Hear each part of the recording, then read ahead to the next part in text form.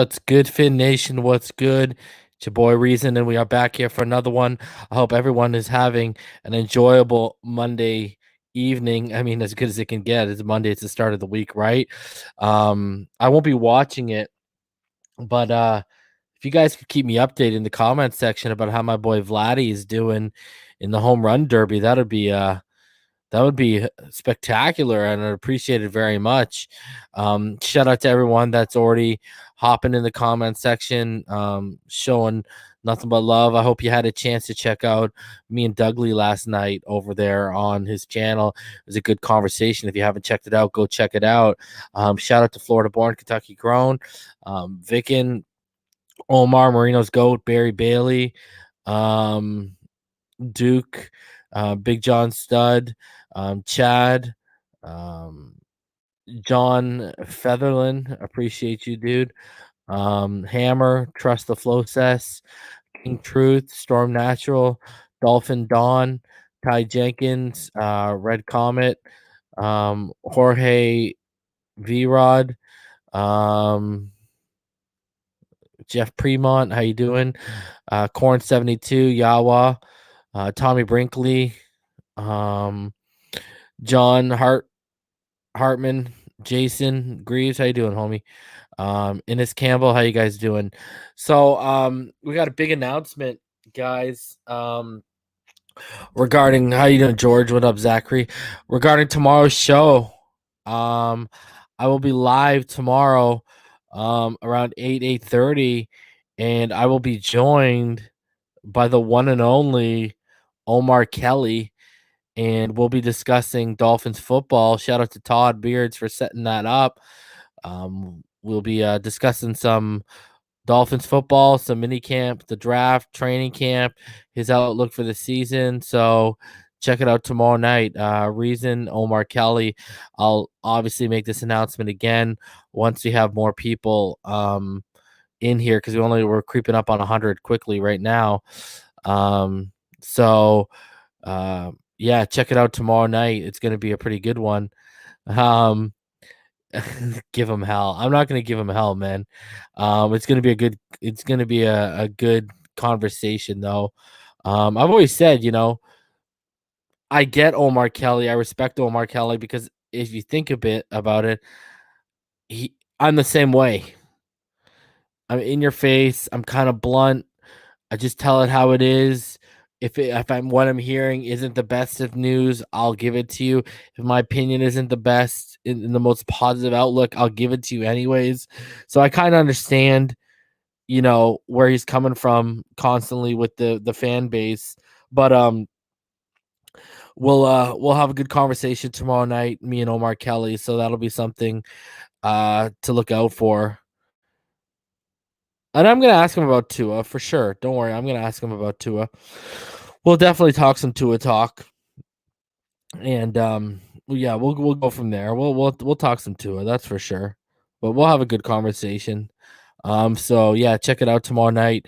I'll have Omar Kelly on the show, and we'll be discussing Miami Dolphins football, the ins and outs. Ask him about Waddle's limp. I might ask him, but I'm gonna find a way to, how do I say it, bring up that topic with class. You know what I mean? I don't want to be like, oh, well, you said he was limping. Da, da, da, da, da. Okay. Maybe he saw something. I don't know. Maybe he just walks with a limp like a pimp, which is what I've been saying from the get-go. But so yeah, make sure you check it out tomorrow night, myself and Omar Kelly. It'll be a pretty good conversation. So smash that like button. Again, subscribe if you're new.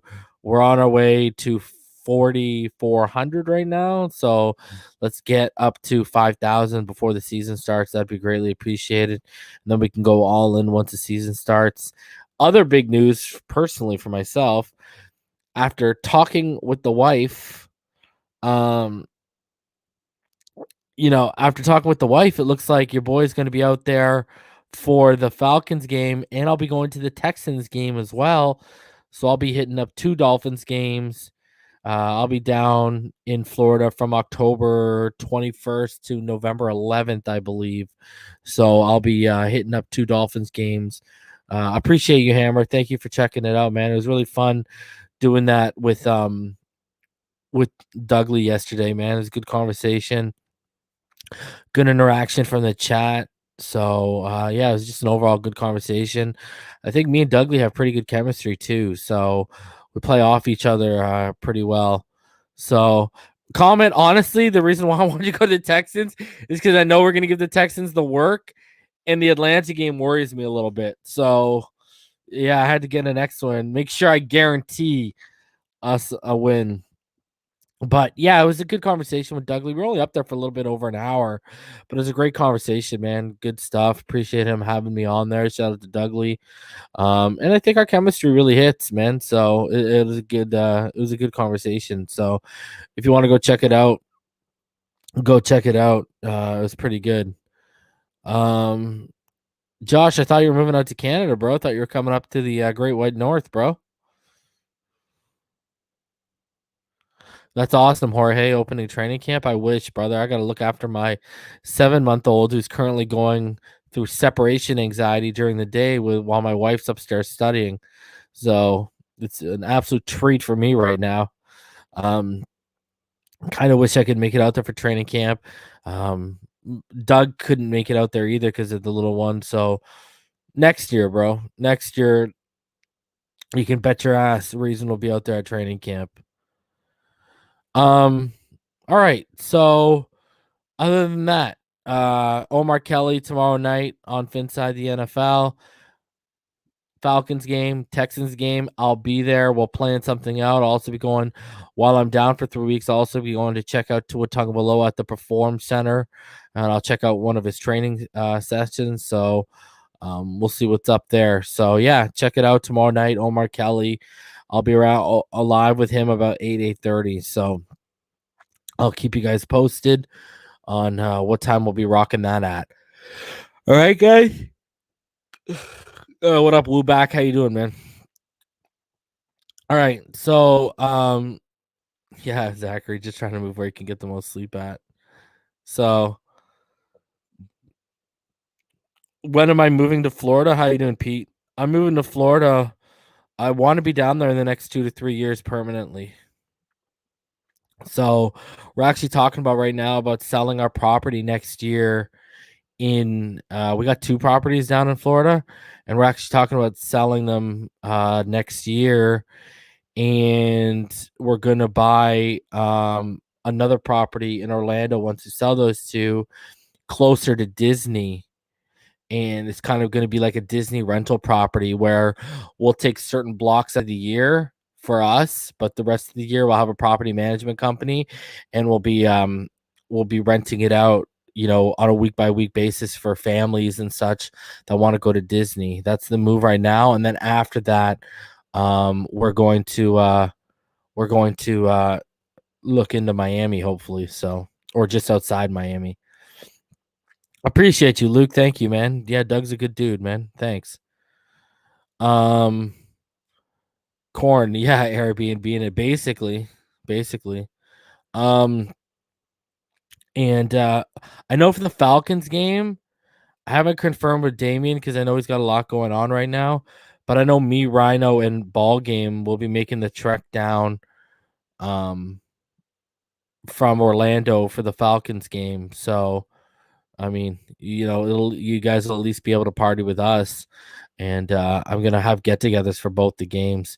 I might try and get press access for one of the 2 games because I already have like press access basically right now. So I'm gonna see what goes on there with that situation. So, all right. Anyways, so let's get into it right now. Tonight we're gonna go over. I got 5 different articles I want to go over that we take a look at, and then we're going to get into the special teams unit for the Miami Dolphins heading into training camp. Appreciate you, Matthew. Yeah, hit that like button if you can, guys. So yeah, Joe, the market is crazy. We've been starting to look right now. So we're going to go into, I got 5 different articles we're going to look at. Then we're going to go ahead. We'll get into previewing special teams heading into training camp. And then I'll open up the show to you guys for a little bit, and we'll discuss everything. You already know what time it is. Same old deal, same old deal, baby. But again, 132 of you in the room right now. I want to announce it again. I want to keep hammering it. Tomorrow night, 8:30. Be on the lookout. Omar Kelly will be on Phinside the NFL, and we'll have a discussion for all of y'all to really sink your teeth into and listen. So be out on the lookout for that. Okay, guys. All right, let's get rolling with the news now. Shout out to the homie JoeyShotz. He wrote an article today. Kind of want to go over it a little bit because it poses a real question about the Miami Dolphins, and that is, should the Miami Dolphins give Emmanuel Ogbah a contract extension before he hits free agency in 2022? Now, it says, back in June, cornerback Xavien Howard held out a mandatory minicamp, starting a whirlwind of speculation and rumors. However, Xavien the Great wasn't the only defensive playmaker looking for a rework contract. Emmanuel Ogbah, who signed a 2-year deal worth $15 million with the team in 2020, was hoping to cash in after the season where he totaled 42 tackles and brought down the quarterback a career-high 9 times, 3 of those resulting in game-changing fumbles. But don't take my word for it.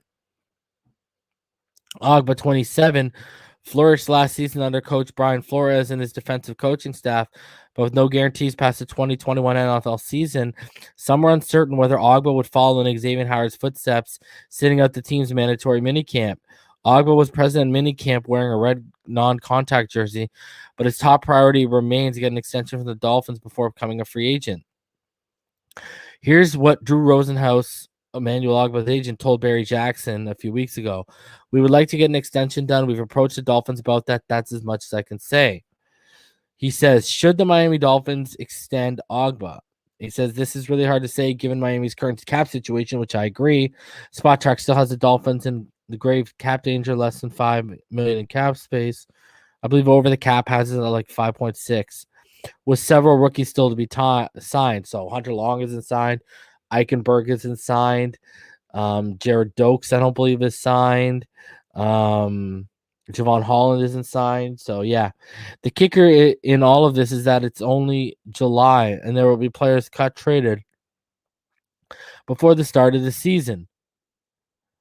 Miami is also projected to have a boatload of cap space in 2022, which, in essence, it doesn't really matter if you were to sign him this year because the extension wouldn't kick in the next year.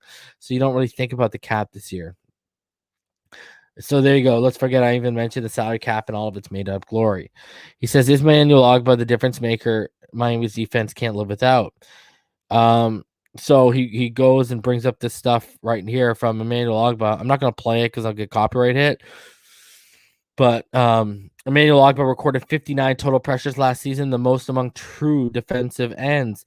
And it says, as Pro Football Network mentioned, Ogbah finished with 59 total pressures in 2020, the most among all defensive ends, according to Sports Info Solutions. His 59 pressures were second to only Los Angeles defensive tackle Aaron Donald. That is quite the feat for any defensive lineman. Obviously, Ogbah isn't Aaron Donald. No one is. They also play two different positions. But while most of the talk throughout the article has been around what he can do as a pass rusher, let's not overlook his presence in the run game. And then it goes on, his little opinion about his ability in the run game. There he sees the bottle. So, he goes off about, Ogbah was great, but how much of it was because of scheme and coaches putting the players in the right situation? Now, see, and he says, do they feel like Emmanuel Ogbah was dispensable? Probably. This is where I disagree. And I'm actually going to cut it off there. Okay. Now, if you want to say some of his sacks were schemed, cool. But the problem is this scheme is predicated on pressures. I mean, there were times where he was a free rusher. There's also times where he beat his man flat out. Now, I did notice a little bit of dip when Christian Wilkins wasn't around. But here's the thing. Emmanuel Ogbah is a pressure machine. And that is essential for this defense, especially if you got guys next to him, Van Ginkel, Jalen Phillips, on very cheap cheap contracts. That's why what makes you be able to afford a bigger bloated contract for a guy like Emmanuel Ogbah is you got those cheap draft deals around you. So, I've talked about this ad nauseum, since we signed him. His ability to convert speed to power and power to speed, his rare combination of power and athleticism cannot be overlooked. Emmanuel Ogbah, I think him and Xavien Howard should have been handled before Jerome Baker.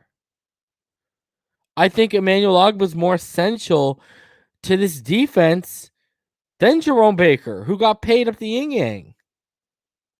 So, this is where I kind of take this step back. Whoa, some of his sacks were schemed, but the pressures weren't, man. A lot of the pressures were on him. And you cannot let a pressure machine like that walk out of the door. He's the perfect fit in this defense. Get ahead of it. The last thing you want is mid-season, you're looking to lock this guy up, and he's already got 5 or 6 sacks. That's the last thing you want. You want to pay this man. So I really think it's a necessity that they get this deal done. And again, don't look at the salary cap this year because that extension will not kick in until next year. That's when it matters. So I get he performed for one season so far, but here's the thing. Me and EM were telling all y'all that was going to happen. When we signed him, me and him we called it the most underrated signing that no one was talking about. Everyone was talking about Byron Jones or Calvin Noy or whatever. Shaq Lawson. I predicted this man to get 10 sacks, and Houts is actually kind of wrong because he actually finished with 9.5 sacks this season. So this needs to be done. This man needs to be sewn. And J-Boy, X can get a new deal with our cap as long as that deal kicks in next year. If that deal starts this year, that's where it's going to get tricky.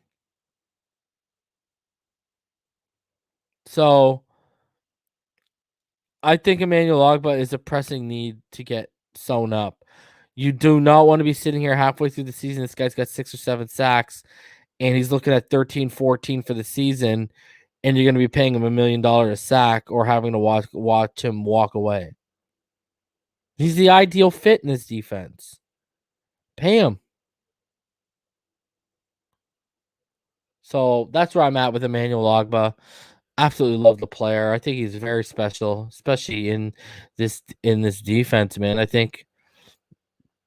I don't think they think he's dispensable.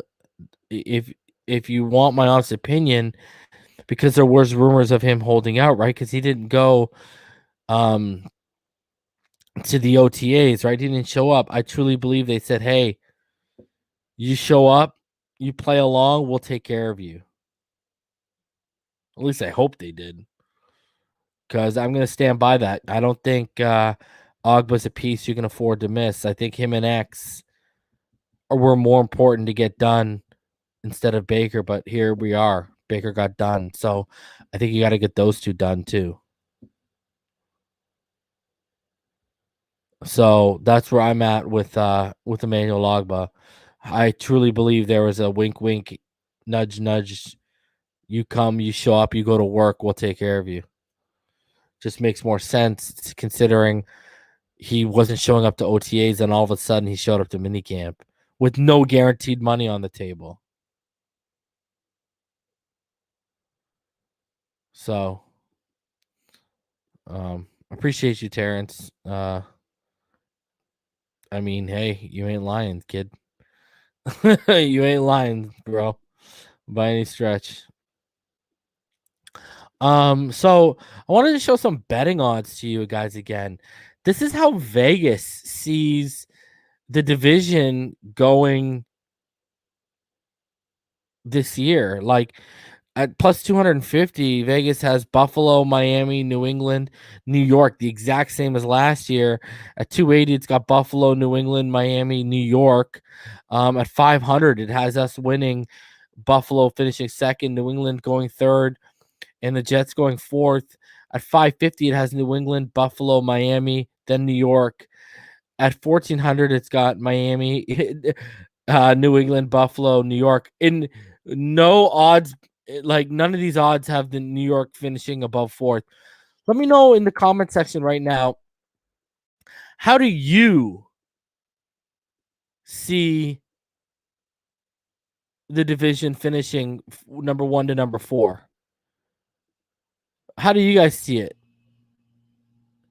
I personally think it's going to be Buffalo, Miami, New England, and New York.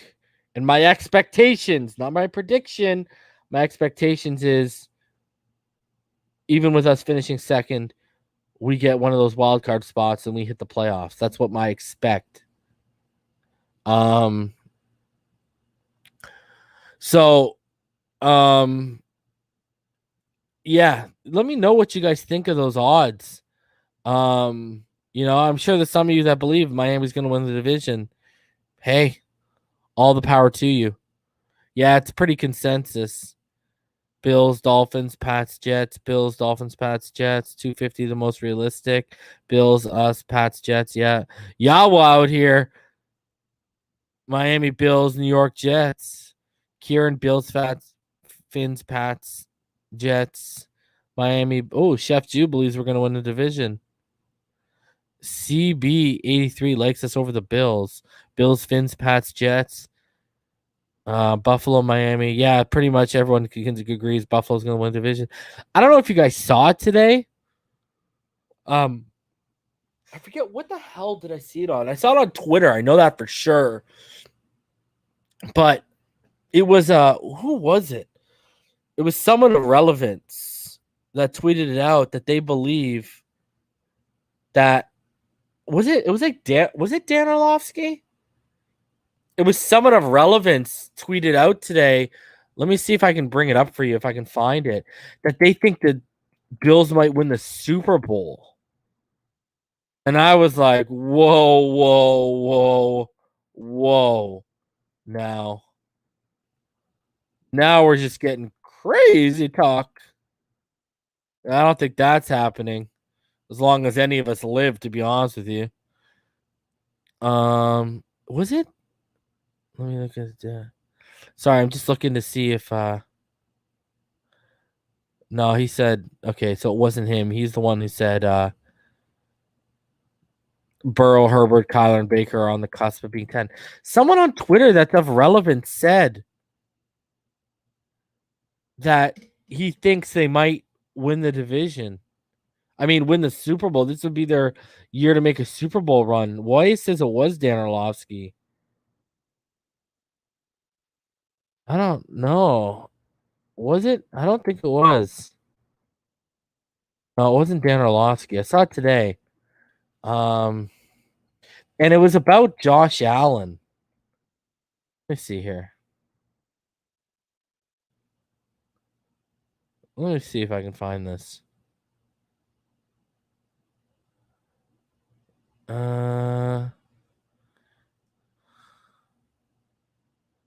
Oh, it's Jared Bailey. If you guys don't know who Jared Bailey is, Jared Bailey, he's a contributor to Fansided, Sports Illustrated.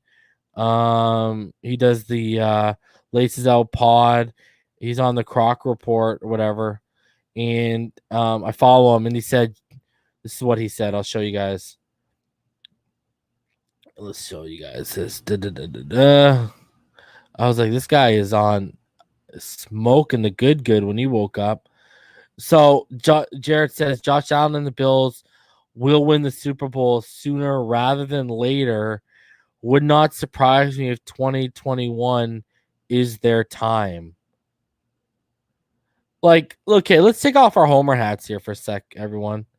Yeah, I saw Dan put out his top 10 quarterbacks. Tua wasn't on it. I don't need to talk about it. But he said like Herbert, Burrow, and Kyler are on the cusp or whatever. Take off our homer hats here for a sec.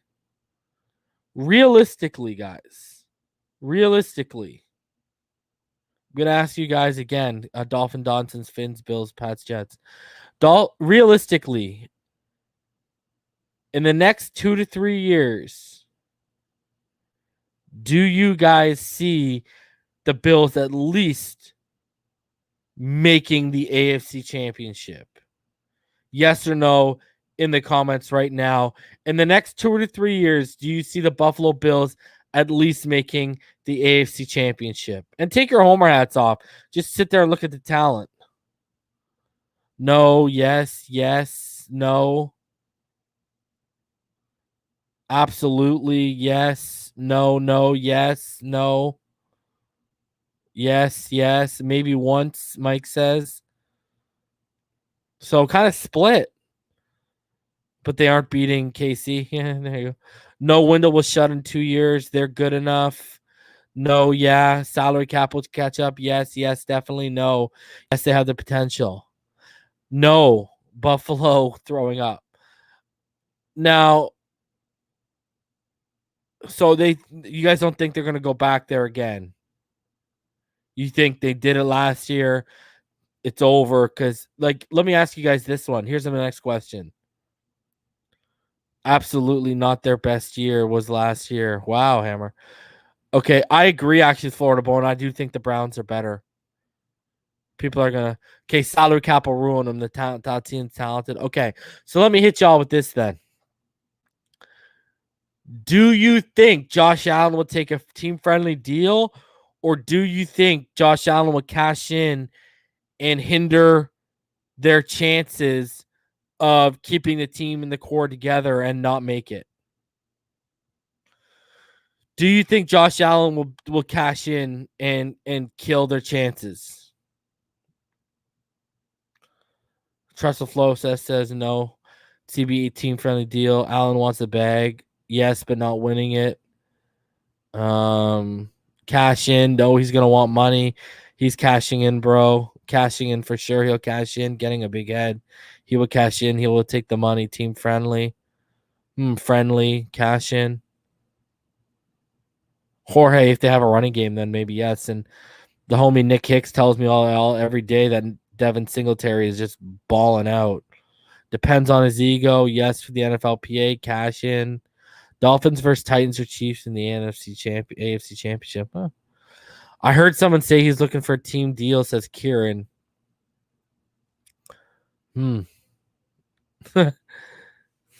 Chef Juice says I can't. My homer hat is stuck on my head. Richard Friendly. Josh want that money, says Omar. No. I could see him going team friendly. Jason says I can feel like he would cash in, but apparently he wants a team-friendly deal. Cash in. I'm just going to say this. If he takes a team-friendly deal and they get a running game, god damn. I don't sit here and wish injury on any player in any sport, but that's all I'm going to say. Going to need a little help. We're going to need a little help. Joe says I'm trying to get paid at a better area.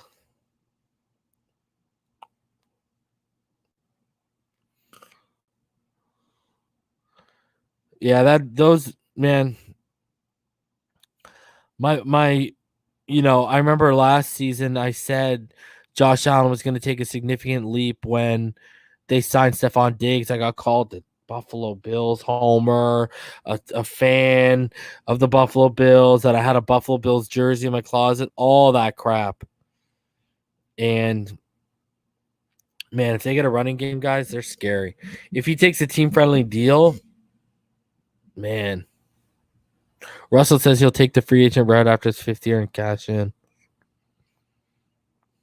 Alonzo just made 25 home runs, Jeff. Has Vladdy gone yet? Street King makes it good. They had Jim Kelly, Thurman Thomas, and Bruce Smith, and still couldn't win a chip. They ain't nowhere near that good. Their offense is pretty potent, though.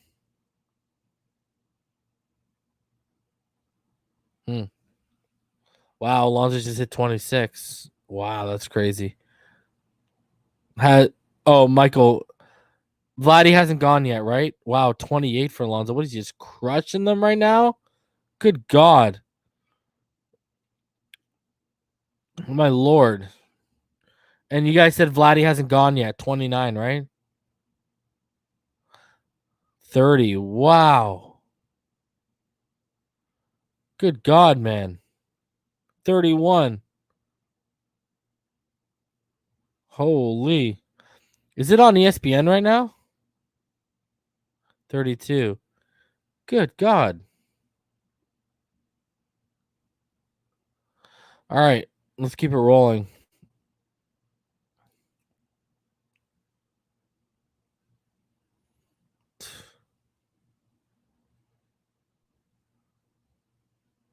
Trust the flow, says in George. 35. Are you saying Vladdy hasn't gone yet or Vladdy has gone? I need Vladdy to hit 40 by the looks of it. Good God almighty. All right.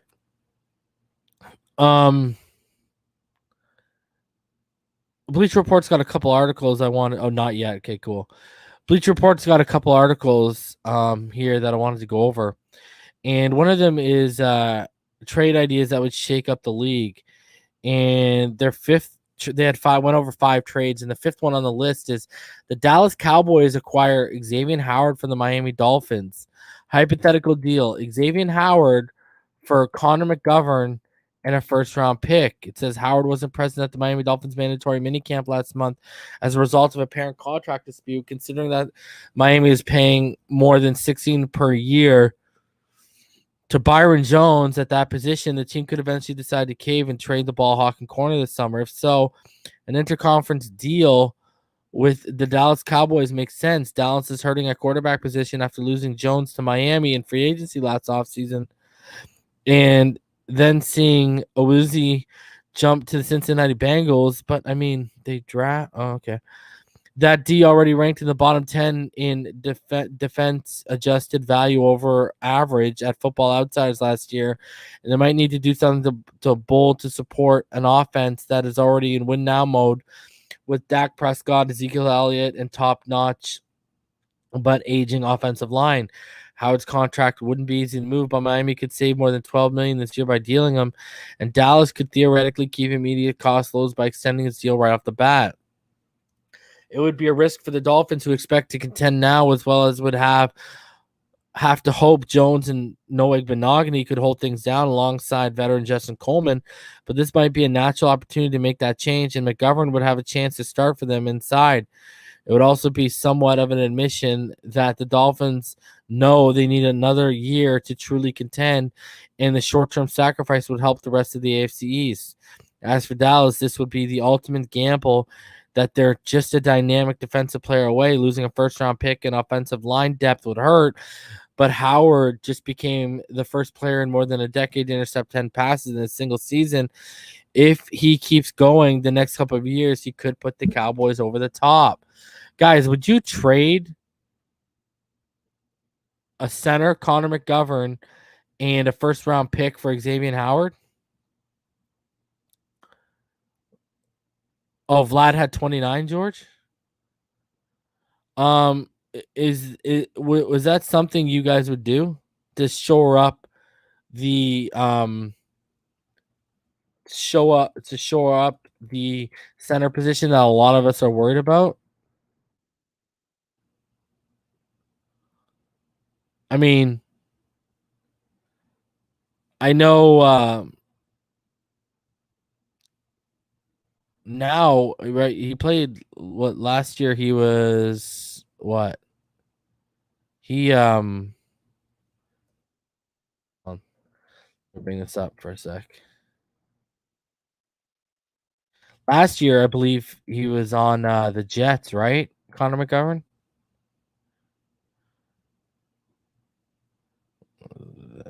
I'm pretty sure. Oh, they're talking about the other Connor McGovern. Yeah, I was like, that one's still on the Jets. So, uh they're talking about the guard Connor McGovern. I am good on that. I want a legit starter at center. Um, I know he's played tackle and guard, but yeah, I'm good. I need a center. Um, I need a center if I'm getting a first as well.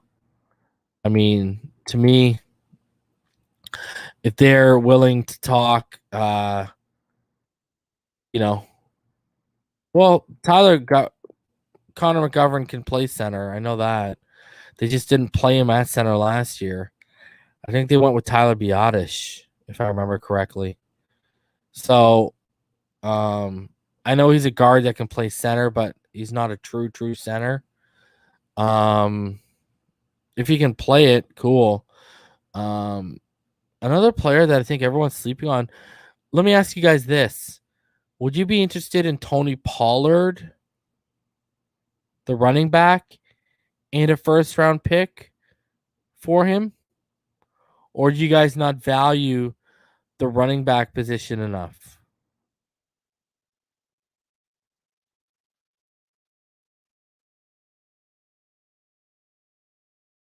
Let me know in the comment section right now.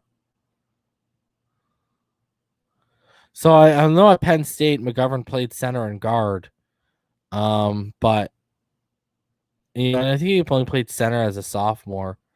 So would you be interested in getting McGovern and shifting him to center in a first, or would you guys be down with a guy like Tony Pollard in a first? No, no, no. I don't value it. Does he fit the mold reason? Yeah. He's more of a zone blocker. That's the problem too. He's not really like, power gap over here. So, I mean, Bleacher Report is just loving us trading the homie Xavien Howard, eh? I actually think I get what you're saying, Terrence Smith, but I actually think Tony Pollard would be our starting running back by the beginning of the season. I think he'd win out. That kid's special. He's just stuck behind Ezekiel. All right. So let's get into another let me just see. Everyone wants us to trade X, I know. But it could also be this corn. People could be hearing stuff. That's the you know, you got to think that might be why so many people are doing these hypothetical trades is because they're hearing things too. This might be more than the holdout, right? We'll see how it plays out. Hopefully they get. I don't want to see X traded. I actually want X to retire a Dolphin if I had my choice, but I never get my way with that kind of stuff, so I'm not holding my breath anytime soon. Bleacher Report also had the biggest another article, and it was the biggest looming decision for every NFL team before 2021 season begins. And for us, they said how much to throw at Tua Tagovailoa. Miami Dolphins quarterback Tua Tagovailoa had his fair shares of ups and downs as a rookie last season. He did go 6-3 as a starter, but he also struggled to push the ball downfield. He averaged just 6.3 yards per attempt and was twice pulled for veteran Ryan Fitzpatrick. Now, I addressed this on Douglas' show yesterday. So, what I've been told privately was he was pulled because Flores didn't like the tempo Gailey was calling the offense at with Tua in there, and he wanted the tempo to be brought up, and he knew by Fitzpatrick going in there that the tempo would be turned up a notch. So a lot of factors went into it. Tagovailoa's struggles seemed to have followed him into the offseason. He had a 5-interception day. Wow, they bring this up, eh? During training, during minicamp, and he's still being coached to more aggressively attack the defense. And then it just goes over pushing the ball downfield and Miami has to determine how much pressure it is willing to put on Tagovailoa as he enters his second season. The Dolphins upgraded the receiving corps, adding Will Fuller and rookie first-round pick Jalen Waddle, and will likely have a new system under co-offensive coordinators Gottsy and Stoodsville. The pieces could be in place for Tagovailoa to make the jump, but it'll only happen if he is ready. Tagovailoa didn't take off as a rookie as fellow first-year quarterbacks Joe Burrow and Justin Herbert did. The Dolphins have to figure out if he's now ready to be their offensive centerpiece or if he should be treated like he's still a rookie. I will never get over this.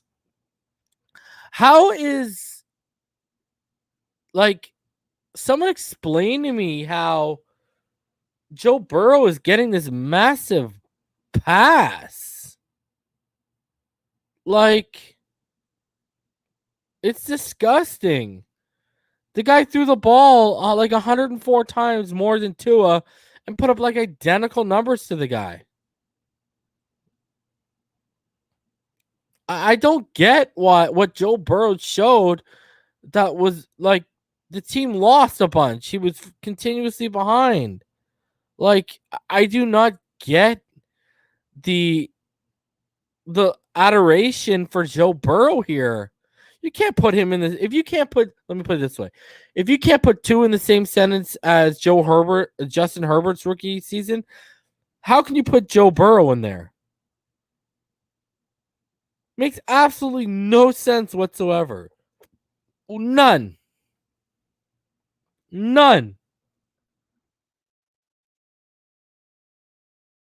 Like, I don't get it. I don't get the love for Joe Burrow. I really don't. It's unbelievable, man.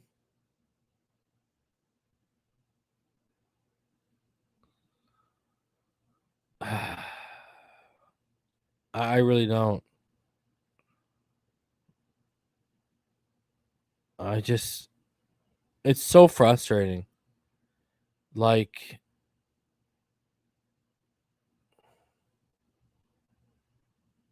it's kind of bullshit, to be honest with you. Pardon my language.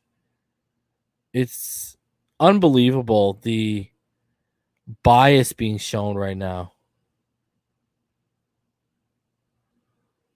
Like, I don't get it, man.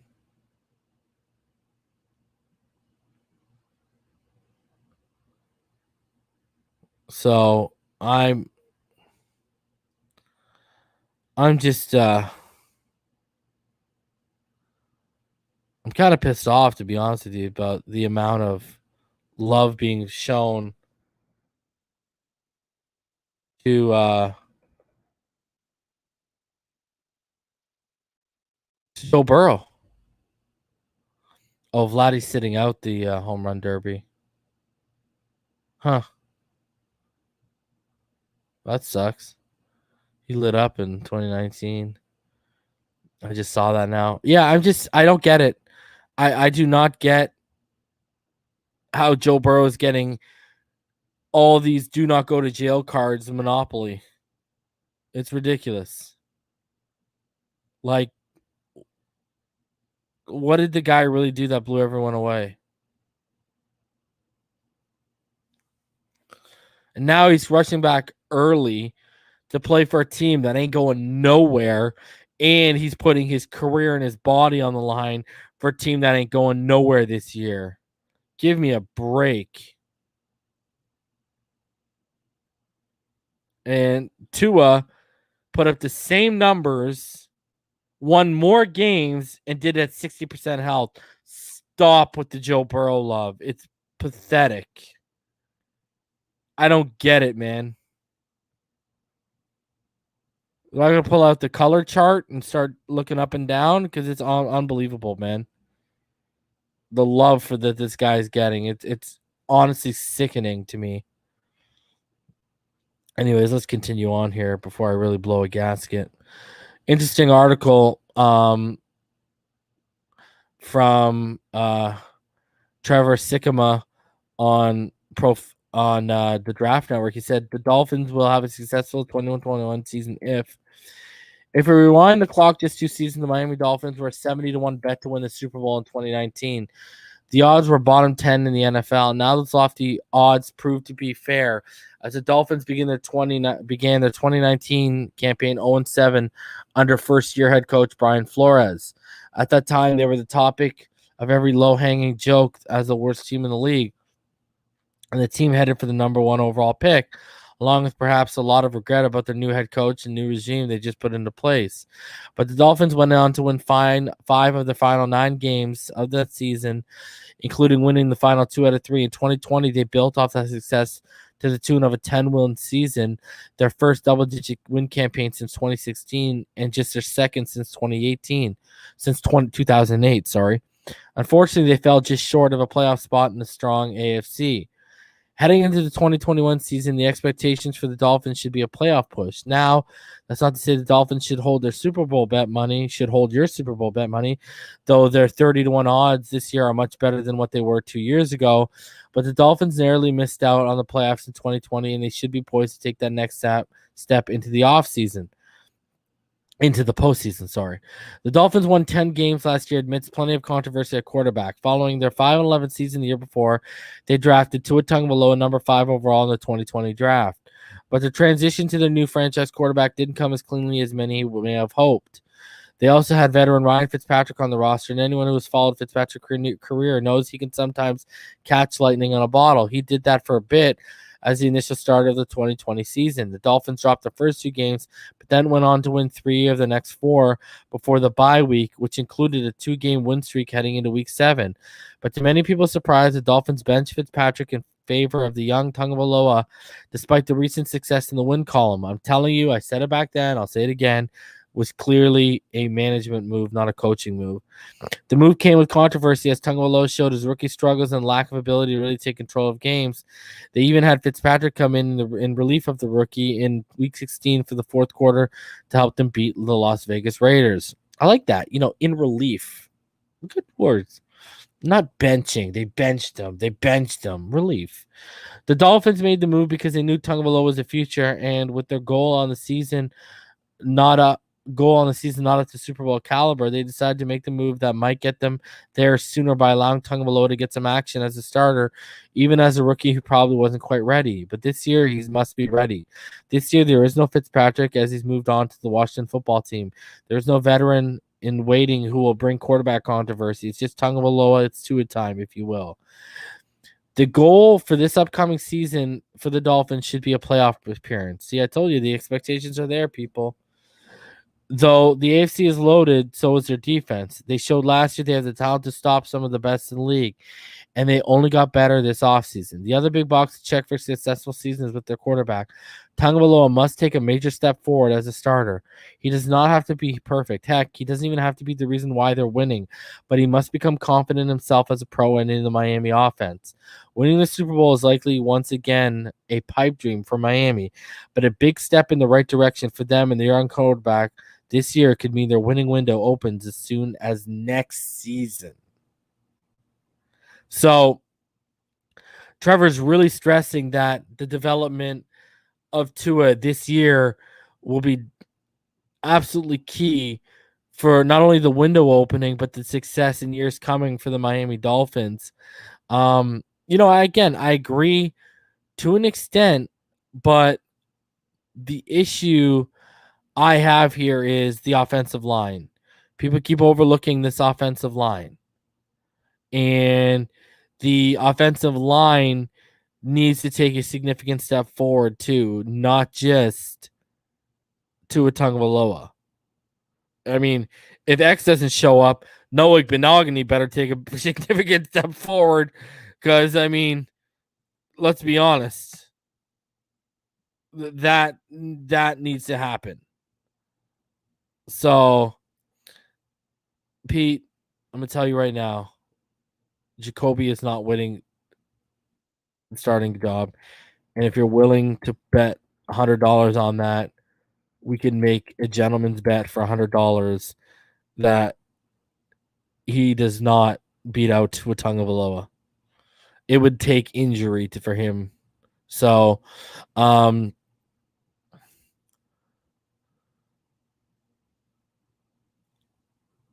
let's see here.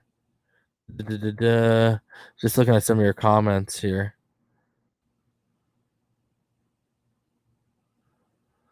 I'm sick of our players needing time to develop, especially our top third picks. Everybody needs time to develop, though, bro. Rookies are developmental projects, even the first overall pick. I mean, the Bengals are hoping Burrow develops, you know? I mean, LSU and Alabama are always the two of the top 10 in offense year in, year out. Look how many of these QBs make it in the NFL. Not very many. Yeah, but that's kind of okay. Let me hit you with this then. Before Herbert, how many Oregon quarterbacks hit? Marcus Mariota didn't hit. I mean, how many Oregon coach have hit? So that's kind of a it all depends on the player. I mean, USC, other than Carson Palmer, Matt Leinart didn't really hit. How many USC quarterbacks? Sam Darnold is like bordering on bust if he can't do it in Carolina. It depends on the player, not the program, really. Again, Aaron Rodgers at a Cal. How many Cal quarterbacks have hit like Aaron Rodgers? Not many. Again, yeah, Jeremiah Joey Harrington out of Oregon, garbage. Absolute garbage. Reason if I hear Coach Flores say it's open competition, I'll take that bet. But right now, two is a starter, and that's nothing to lose. Well, in all fairness, he's going to say every position is an open competition. Like, that's like, he would say X's spot is an open competition with Noah Benogany. And if X comes back, we all know what's going down. We all know what's happening that. So there you go, Mitchell. Last pit QB to come to the NFL since Marino. Really? See, he's right. It all depends on the player, on the prospect, not the program.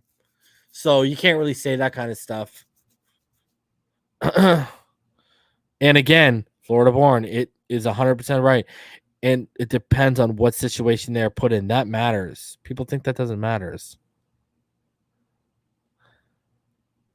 Like that needs, people need to realize that.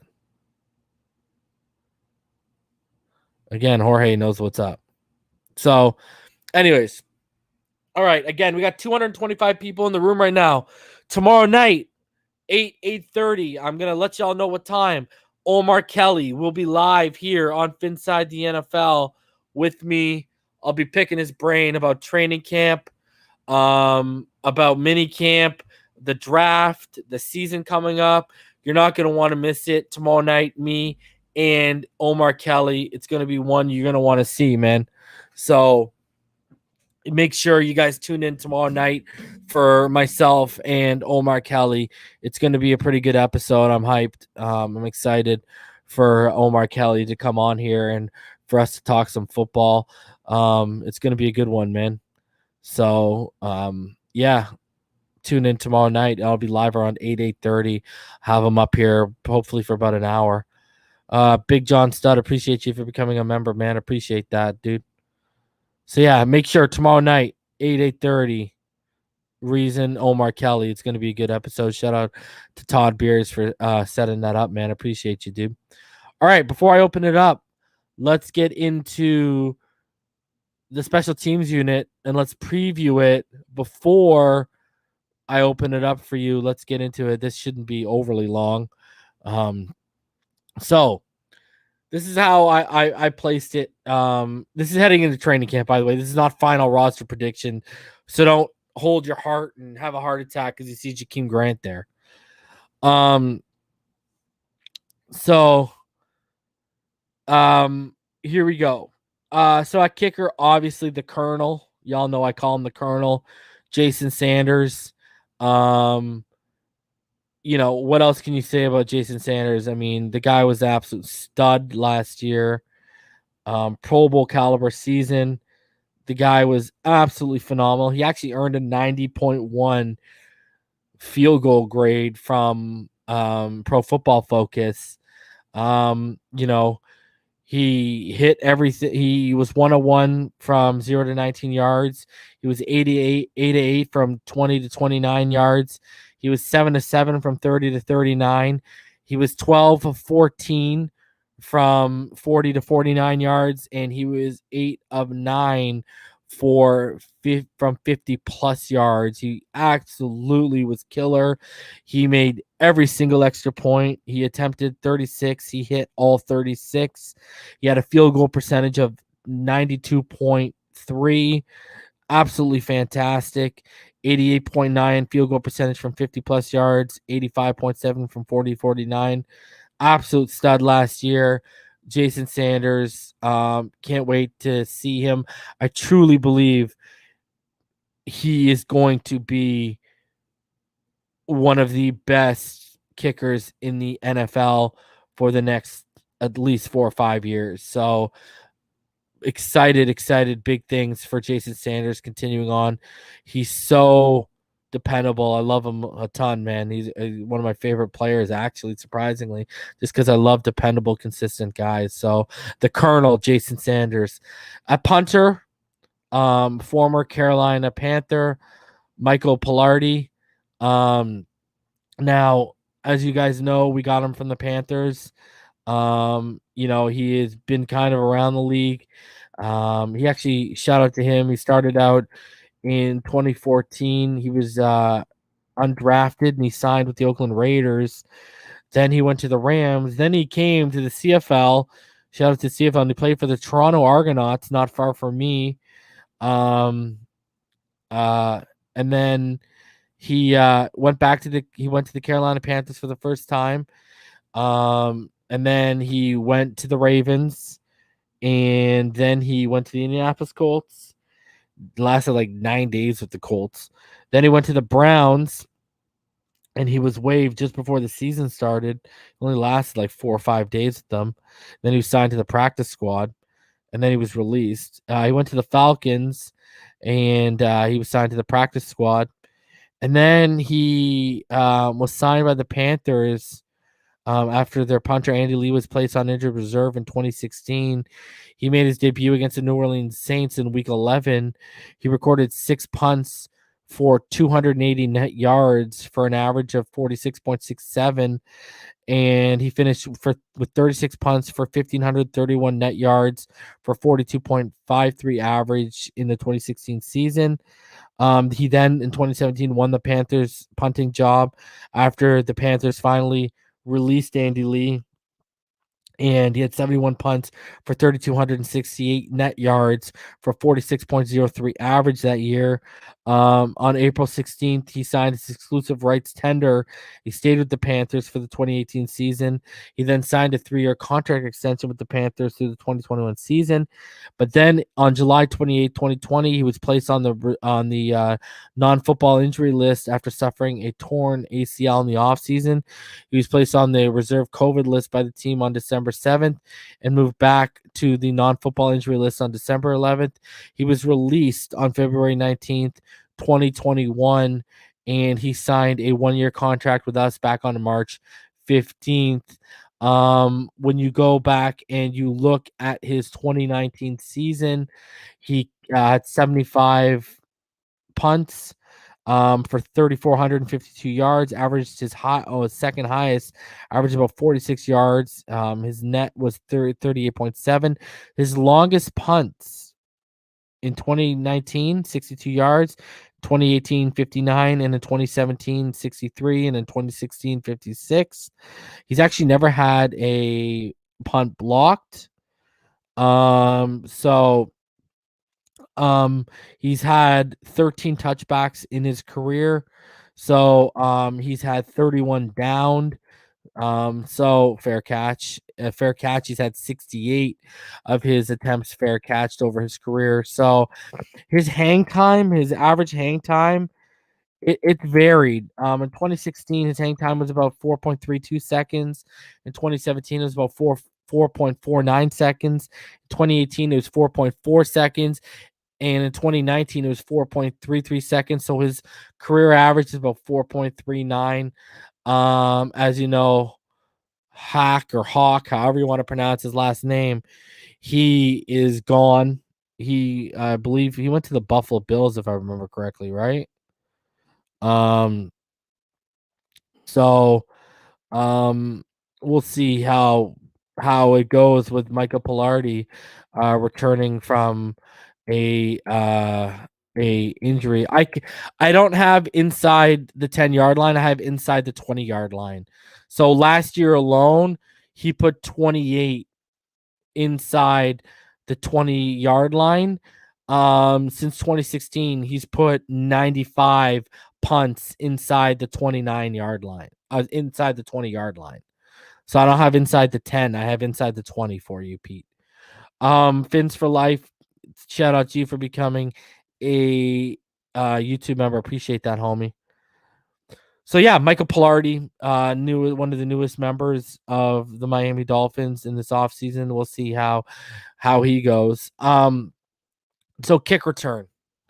This is and punt return. You know what? Let's say that for the end because that's the topic of discussion. So long snapper Blake Ferguson. Obviously, he's probably going to be the starting long snapper again. Rex Sanahara. Remember, we signed him back. Was it August 1st, 2020? So he was on the practice squad. So I think it's going to be Blake's job again. The gunner. Now, last year, our gunners were Jamal Perry and Matt Collins. The reason why I have Robert Foster on here is because out of minicamp reports, Robert Foster has given Matt Collins a run for his money as a gunner. So we'll see how that works out. But those are your three candidates, I think, so far right now to be a gunner, unless someone steps up. I also have Robert Foster in front of Jamal Perry because I think Perry is more likely a gunner than Robert Foster. I think they'll carry 7, but maybe they carry 8. And if they carry 8 and they carry Robert Foster, there you go, right? So, those are the and Matt Collins.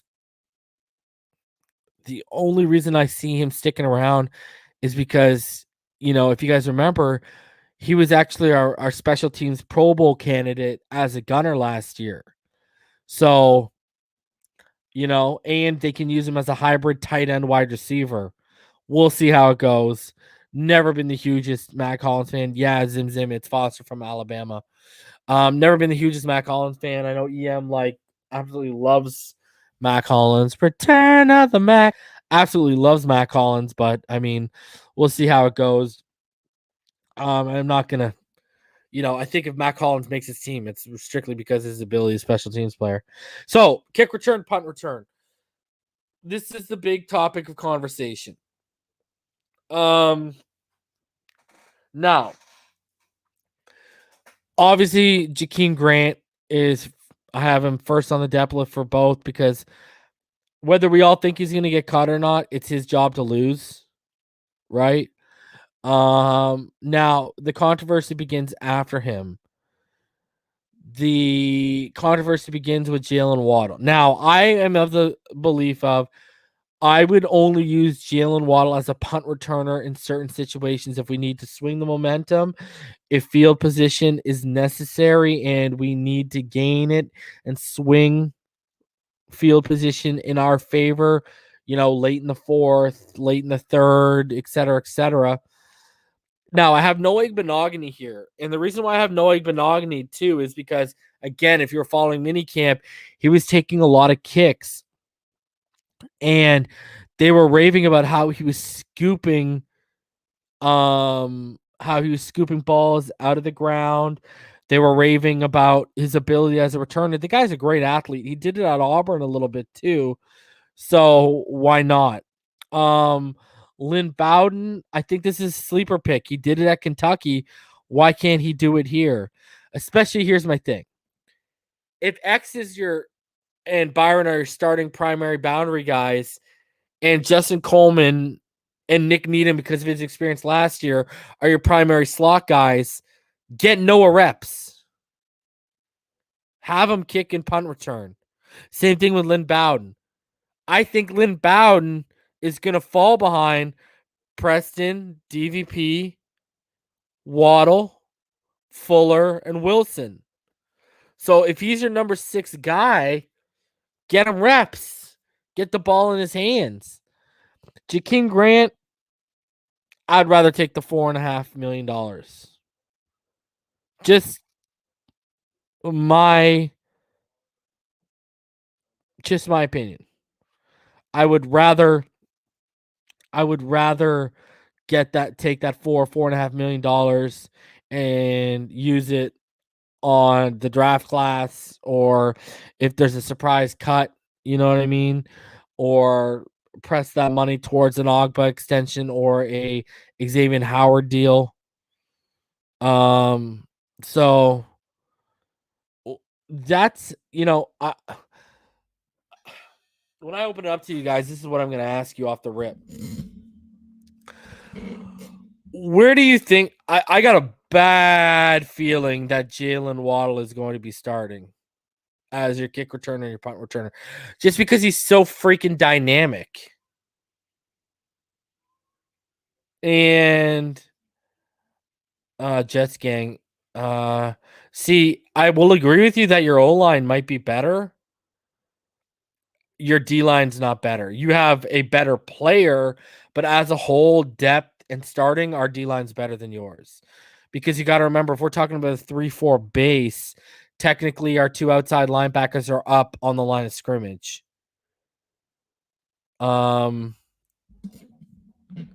Which one, Justo? Let me see here. What you're talking about, dude. You said, what about, again, we got 230 people in the room. Tomorrow night, I will have Omar Kelly on here. I'll be talking with Omar between 8:30, and we'll be discussing the Miami Dolphins heading into training camp. We'll discuss their mini camp. We'll discuss all that stuff. So make sure you tune in at 8:30. I'm trying to see what you're talking about here, brother.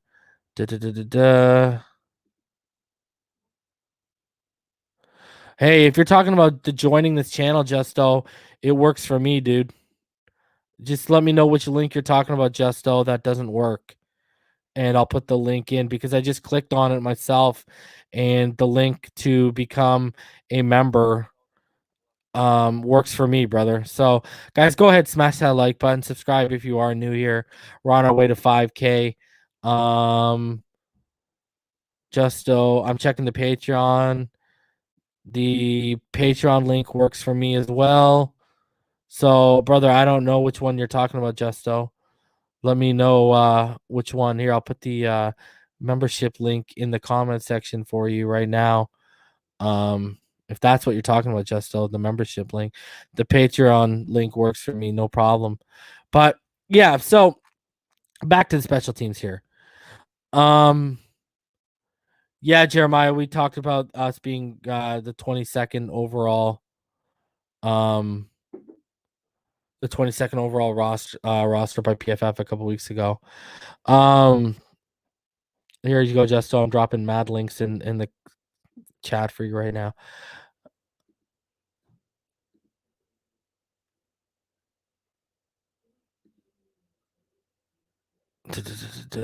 Yeah, there you go. All right. So, and shout out to all the patrons. I'm going to shout you guys out tonight. So yeah, I mean, this interesting situation is going to be how the Gunners shape out. Jamal Perry, I don't think makes a team. So that leaves Matt Collins and Robert Foster as your top options. How many are we carrying here? Are we carrying 8 receivers in that sense? Now, again, the kick return, the punt return. I mean, I am I the only one that has the feeling that it's going to be Jalen Waddle? I just got that bad feeling. Shout out to Dr. Draft. We honestly take for granted how much better this roster is going into year 3 of the Flores and Greer era. To me, that's an 11-6 roster on paper on minimum. See, I agree the roster's better, especially depth-wise. Here's your thing, though. What if they don't get 11 or 12 wins? Am I the only one who sees Dolphins Twitter completely turning on Flores and Greer? Like, you know what I mean? Now that expectations are here, I just, it's very interesting, man. It's very interesting. Like, what if this team finishes 9-8? What if this team finishes 8-9? See, it's funny because, I report things about what's going on that I'm hearing at least. And people are like, oh, you're so negative. Well, I'm just telling you what I'm hearing. Whether you want to take that as negative or whatever, that's your choice. But the negativity that will come down on their heads, all the people defending Flores and Greer, I can't wait to see the flip. If this team suffers this year, the flipping and the flopping is going to be unbelievable. Unbelievable. So now I expect 12 wins and I hope they get 12 wins. I'm ready for some playoff games. I'm ready to play in January, and not just because they extended the league schedule to 17 games and we have to play in February and January. I'm ready to play in January. Meaningful games. But anyways, that's my outlook on special teams heading in. Pretty straightforward. Jason Sanders, Michael Pilardi. Do they go with the other options?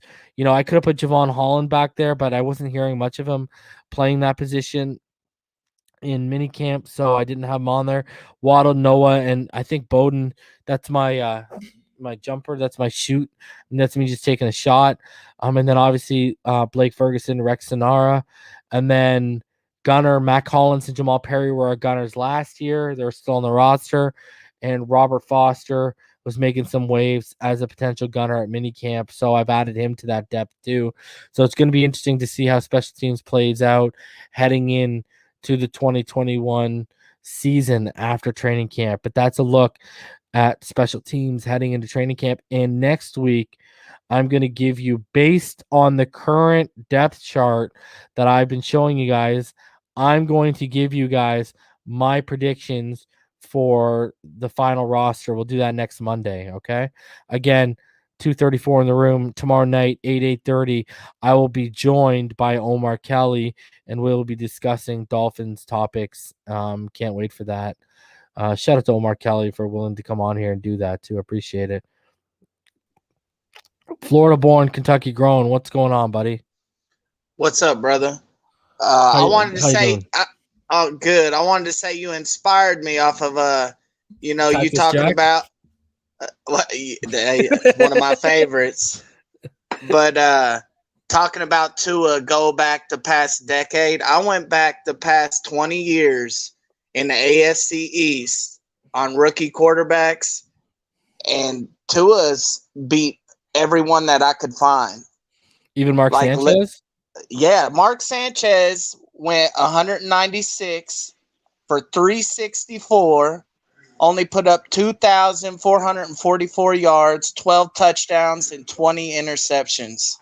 Ooh. So that defense really carried him more than we originally thought, eh? Like literally surprisingly, the closest one that I could say was probably better was Tannehill. What was his rookie season? He went 282 for 484. He was 58%, 3,294 yards, 12 touchdowns, and 13 interceptions. So the completion percentage and the touchdown interception ratios were not better. Wow. No, just yardage. Literally just yardage. Even Ben Roethlisberger's rookie season. Like he has the 66.4, but Tua beat him in interceptions by a mile, and he only had 6 more touchdowns than Tua, and he played the whole season. Well, there you go. Wow. What's up, guys? What's going on, Irving? How you doing? What's on Dr. Draft and Todd? Again, Todd, thanks for hooking me up with Omar, bro. You got it, pal. What up, boys? It's been good. Kevin says, I love your content. Please don't laugh. Is there a chance his father's training against mistakes at all? I don't understand what you're asking, Kevin. No, Ask it again. And I'm not going to laugh. I just don't understand what you're asking. I believe you're asking about Tua's father, but so now you're telling me I can say the last 2 decades? Yes. From what I looked at, Sanchez, Brady, Geno Smith, Tannehill, Allen, Mark Sanchez, J.P. Losman. Like Tyrod. Did you look at Tyrod? Tyrod Taylor. I think that's the only one I didn't look up. Well, he wasn't because I literally went through. He wasn't a rookie with them. He wasn't a rookie Todd, with the Bills. Yeah, Todd, you gotta talk closer to the mic. Can't hear you, buddy.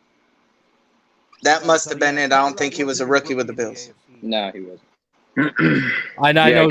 Yeah, we can barely hear you, Todd. I know Geno Smith ain't beating him, so we're good on that. Yeah, like Jets had a shit ton. Like the Bills didn't really have a lot of rookies, but the Jets, man, they had a crap load of rookie quarterbacks I had to go through and look. Bro, did you guys hear that Tua had the highest tight window completion percentage in the NFL, bro? Are you fucking kidding me? 47.5%. Yeah, not just tight window. I think he had when it comes to tight window percentage, you have that, but you also have tight window yardage. I think quarterback rating and tight window throws, all of those. I think he was top 5. I thought he was right under Rodgers. Travis, right? That is crazy, bro. Tua Tagovailoa's 47.5% completion percentage on tight window throws led the NFL on such throws in 2020 on a minimum of 40 attempts. The rookie's 83.4 passer rating on tight window throws ranked second in the league, and his 5-to-1 touchdown interception ratio was third. Oh, I kind of wish out there on that too. 60% health, buddy.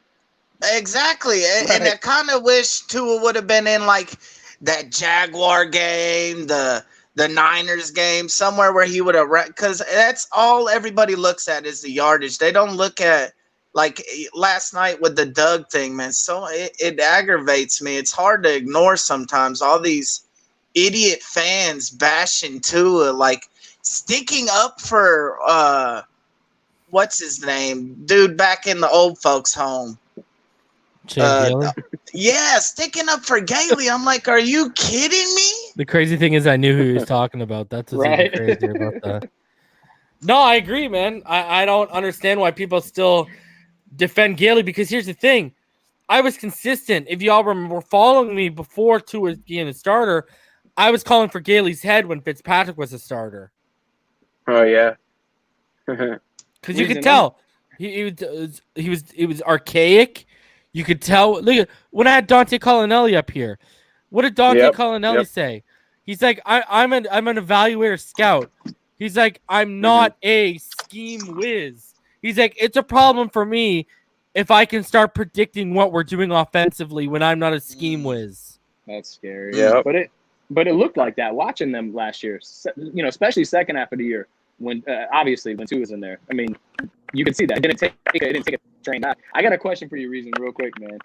So I know you can't really, you know, I know you hear stuff, you can't divulge too much and stuff, but some of the stuff you say has me a little bit worried when it comes to Tua and Flores, and I'm trying to figure out if it makes sense to you, because these things we talk about Tua being, you know, his affinity for not turning the ball over, these tight window throw percentages, the fact that like some of the best parts of his game, you know, are some of the stuff that we have, or at least I seen in college, that comes between the ears, right? And this seems like the type of quarterback that you would assume a defensive-minded coach like Flores would like. What is it that – I mean, how come we can all see it? And it's not that I don't think that you've ever, like, kind of alluded to that he don't like him at all, but it seems like he might be the biggest hurdle for Tua to overcome, and that's so hard for me to get excited about this season. I want to be excited, but I'm like, you know, this is a disconnect. This doesn't sound good. This does not sound good. And here's the thing. I feel the same way. I'm sorry. And here's the thing. I mean, if you look at Tom Brady's first year when he started, what did Bill Belichick like about Tom Brady? He managed the game well. and he wanted to get the ball into the weapons to the receivers that they had currently at the time, who were their playmakers. As long as you manage the game well, you don't turn over the ball, you get the ball to your playmakers. That's all I need from you, and that's all you. And that's what Tua did well. To your point, they wanted him to hand the ball off to who was it? Antoine Smith. I mean, that was his biggest job at the time. Let that defense do what they do. Let's win the special teams defensive game, and let's just not turn the ball over.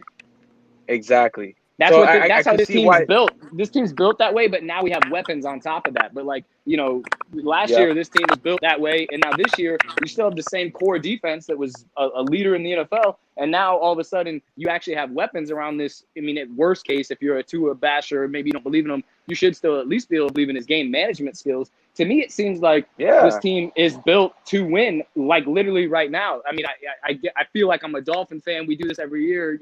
We find a way. But really, if I look on paper, I feel like we're more set up.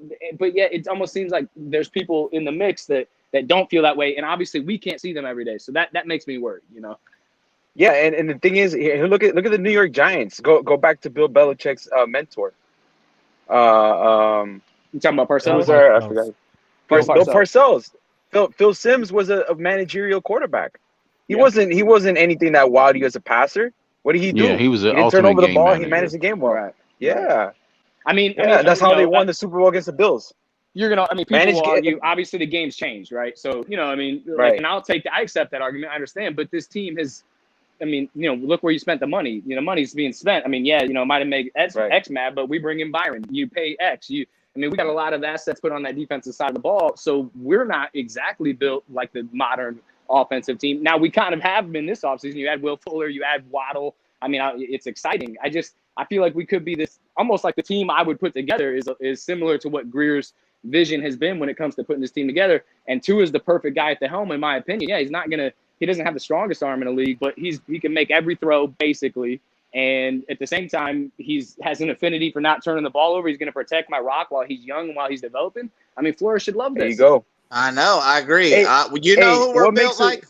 We're built like the Tampa Bay Buccaneers. That's how I feel without the O-line. Definitely not the O-line. Let's switch a different sport. What makes a good point guard? That he's a good floor general. Distribution. He takes care of the ball and distribution. Yep. And he can see the floor well. That's all you need from your quarterback. You know what I'm saying? We got weapons to distribute too. You got Gesicki. I mean, we're legit three tight ends deep, in my opinion, at the tight end position. We have so many receivers on this roster. Each one of us probably has 2 or 3 guys that we hope don't get cut because we really believe in them. Like I know Reason's wanting Grant out of here. I've been a Grant guy for years. I know he's, I'm probably not popular there, but we have a lot of talent at the position, is what I'm saying. And then I think the running back room is not as bad as everyone else around the league thinks it is. I do think that's probably a little bit of our problem, but unfortunately, that O-line, solid. We're not the Bucs on the O-line, unfortunately. Yeah. We got a ways to go there. Todd, I just want to let you know, you got some kind of clicky feedback going on. If I unmute you, you can hear it. Watch. Okay, it stopped. Yep. But you have some kind of clicky feedback going on. So if you see me mute you, it's just because you got the feedback. My mic on the phone must just be bad. Are you moving your phone constantly? No, not at all. I mean, I'm stable, but every night I hear that. Now it works. I know what you're talking about. Yeah, now it's working fine. My only other suggestion was if you have headphones with a mic in it, use that, but I don't hear it right now. Yeah, I think the issue is obviously going to be the offensive line for this offense, and that's what's crazy, Tua's development kind of hinges on that offensive line taking the step too. Everyone just thinks this guy's going to come out here and with all these pressures coming at him, it's just going to be okay, fire away, guns away. That's not going to happen, man.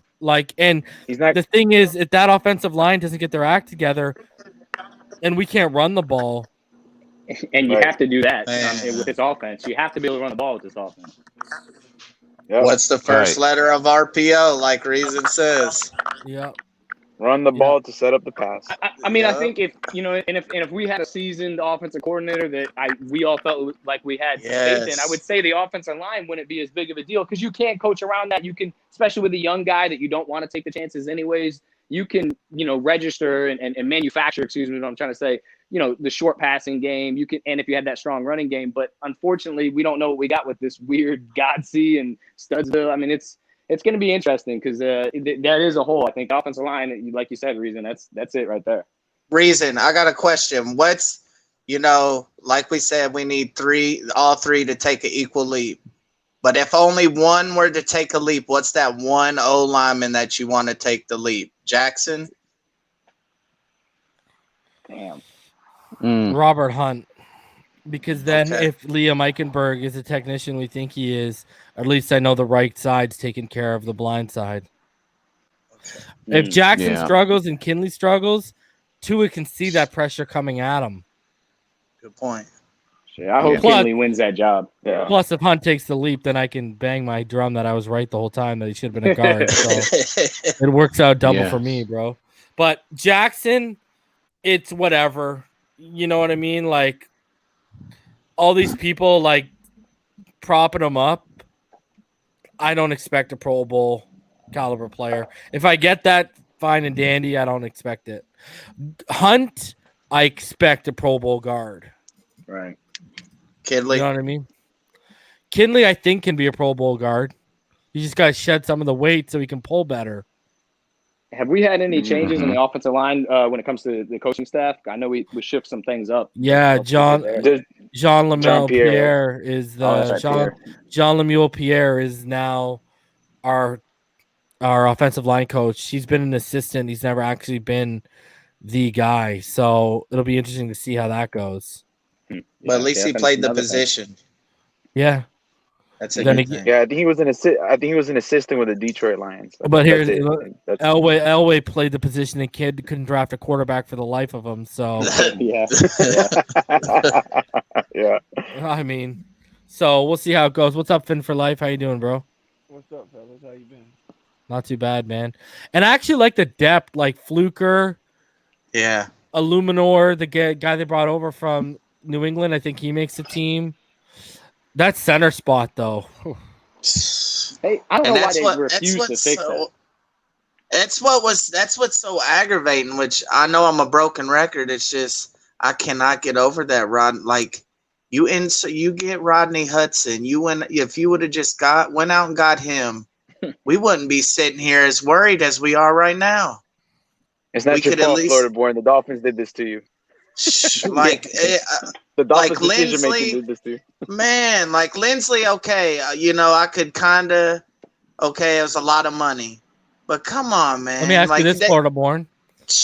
Would you have traded Devontae Parker before free agency hits if you had that money so you could make a run for Lindsley? Oh yeah, absolutely. You know how I feel about. I'm kind of on Damien's level with DVP, man. Especially when you're gonna draft Waddle and sign Fuller. And like you said, look, Bowden ain't gonna get the reps. I mean, we could have got rid of DVP and them. This young talent, Merritt and Bowden. We wouldn't have to worry about them not making the team. Yeah, it's gonna be a squeeze at that position. Oh, bro, that battle's gonna be. That's insane. You cannot take a day off, man. When I'm at training camp this year, that's all I'm watching. I'm watching the wide receivers this year. What days are you going?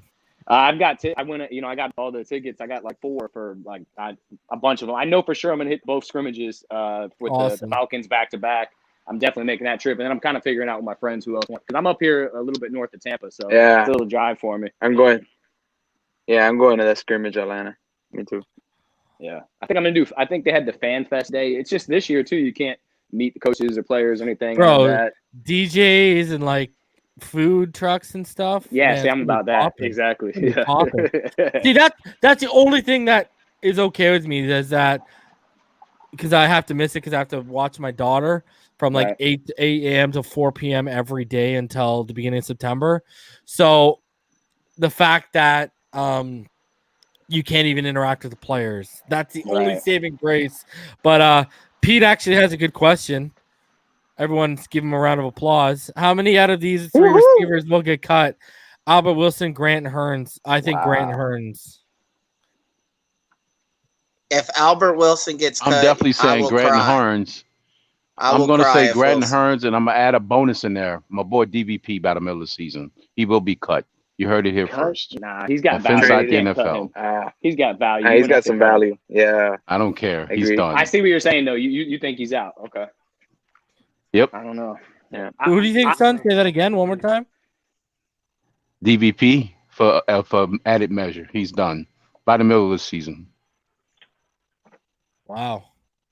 I would trade DVP for a decent center if there's one out there.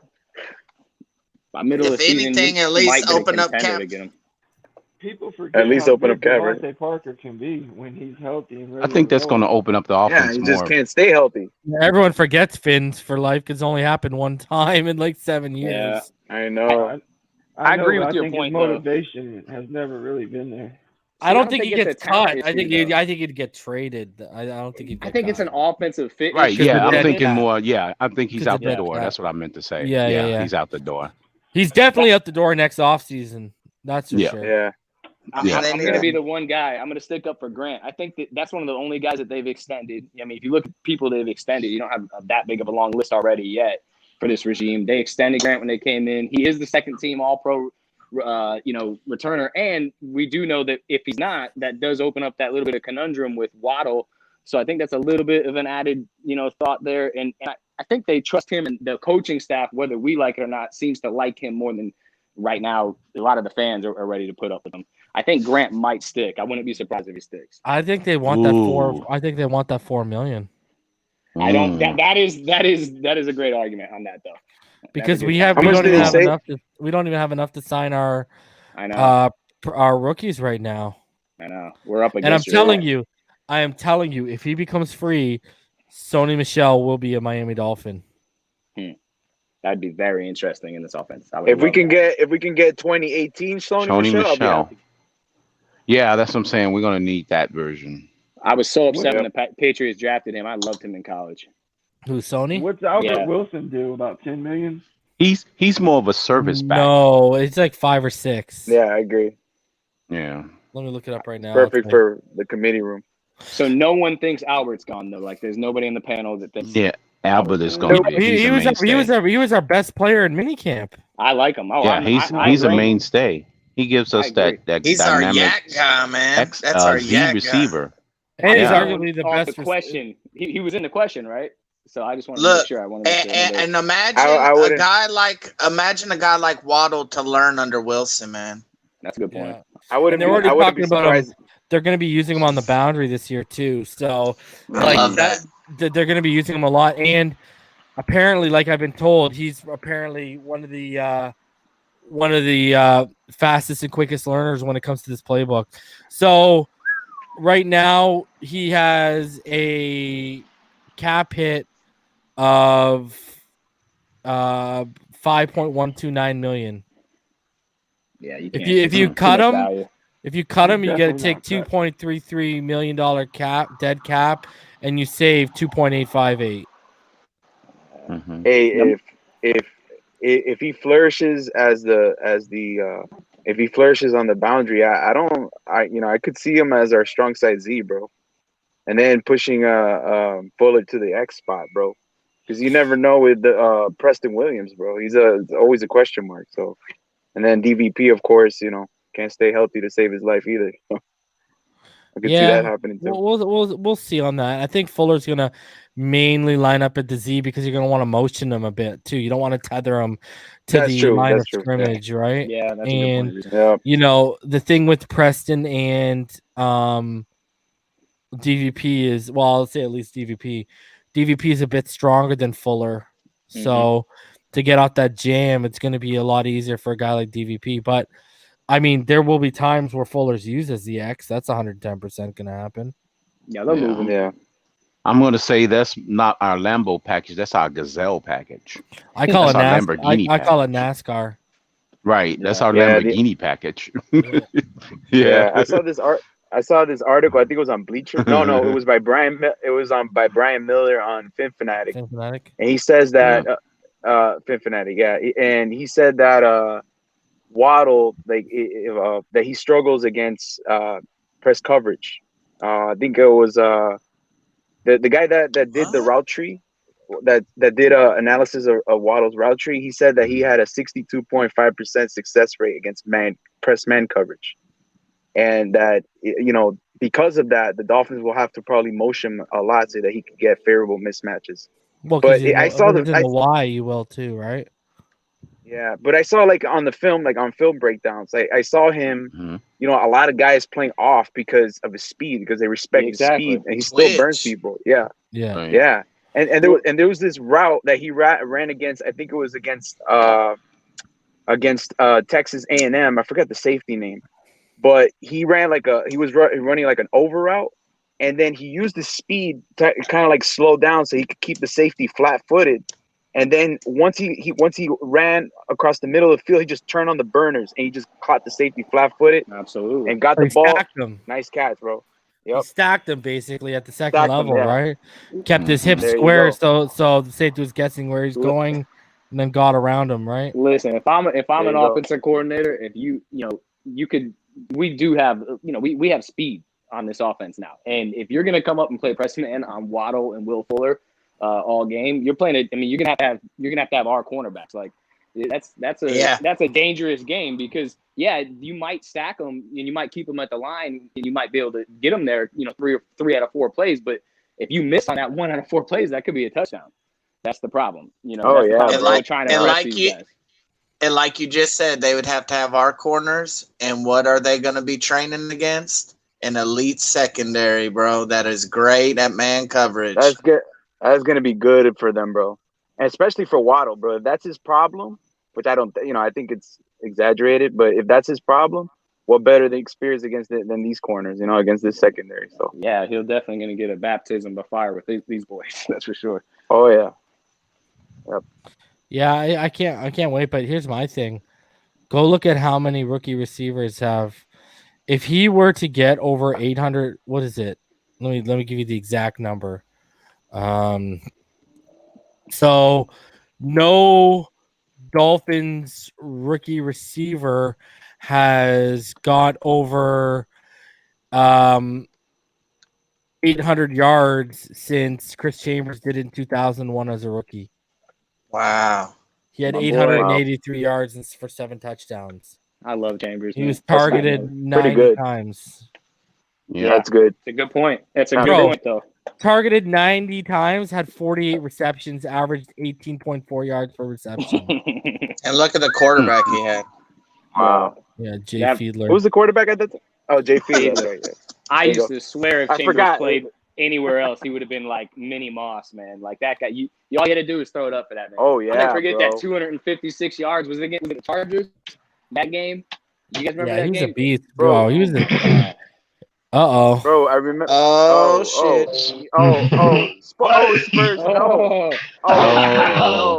Good. Spurs up, baby. What's going on, fellas? What's going on? Is that that Texan coming in? Do I hear a grunt of an angry Texan? Come on. Absolutely, gentlemen. What's going on, EM? What's with that? I've never shared a panel with EM, man. Hang on. Y'all give me 1 second, fellas. Give me 1 second. Yeah. So people need to that's what I'm saying. Like a lot of people are thinking that Waddle's going to I've seen it fans. He's going to get 1,000 yards. I think our only shot at 1,000 yards with one guy is Fuller. I think that ball is going to be spread around way too much. If Waddle actually ended up with 1,000 yards, it would probably be a bad sign almost. That would mean to me he's playing all the snaps. And then that tells me what's going on with Parker's health, what's going on with Fuller's health. I in order for him to get that many reps, he's either going to be one of the best rookies to come in that we can remember, that seems like a long thing, or he's playing so much that he has that much usage in the offense. I don't know if that's necessarily a great thing for our win-loss record personally. Shit, he better. We passed Penei Sewell for that. Florida-born. Two first-round picks. He's going to reassure us. Yep. He's going to created reassure us. Quite a stir, Florida-born, on Twitter a couple of days ago. I got clump all in his panties when I said that I think 70 plus targets and 800 yards for Wilson this year. I love it. Yeah. I love it. And in fairness, I said I could see him getting 800 yards. I never said I predict. I said I could see him getting 800 plus yards. Well, a lot of people forget that year off, how much it helped his body. Yeah. Did you imagine? Yeah. Yeah. Well, and why? Because if they're going to use him in the Z and the Y, the opportunities are going to be there for him. Favorable matchups. Yeah. If we go 10-man personnel and it's him and Waddle in the slot, opportunities could possibly be there for him. He's tailor fit for Tua. Oh man, I want to. Tua wants to throw to open receivers, especially early in his career, and Wilson's going to be open. It's the guy gets open. Nothing wrong with that. Yeah. No. But man, when Pyro put up that film of him in that Bears game, I said, man. Oh yeah, imagine Tua having people forget about that game, man. I didn't even see that. I gotta check that out. Where was that? That was on here. It was on Twitter. It was on Twitter. It was on Pyro's Twitter. I'll check it out. But it was that game where he was just eating the Bears up for yak over the middle. Oh yeah, with Blake Bortles. Yeah. No, it was Brock Osweiler was the quarterback. Oh, okay. Brocktober. Yeah. Garbage, bro. God, that's terrible time. Brocktober, man, that guy he literally stole money from the NFL. That guy's wow. Yep. He made like 60, 70, something crazy million. I can't remember what it was. I remember he had a huge contract. EM, what are your expectations for year one of Waddle? I mean, it's tough to say because individual statistics, I don't think, I'm not anticipating him having obviously 1,000 yards.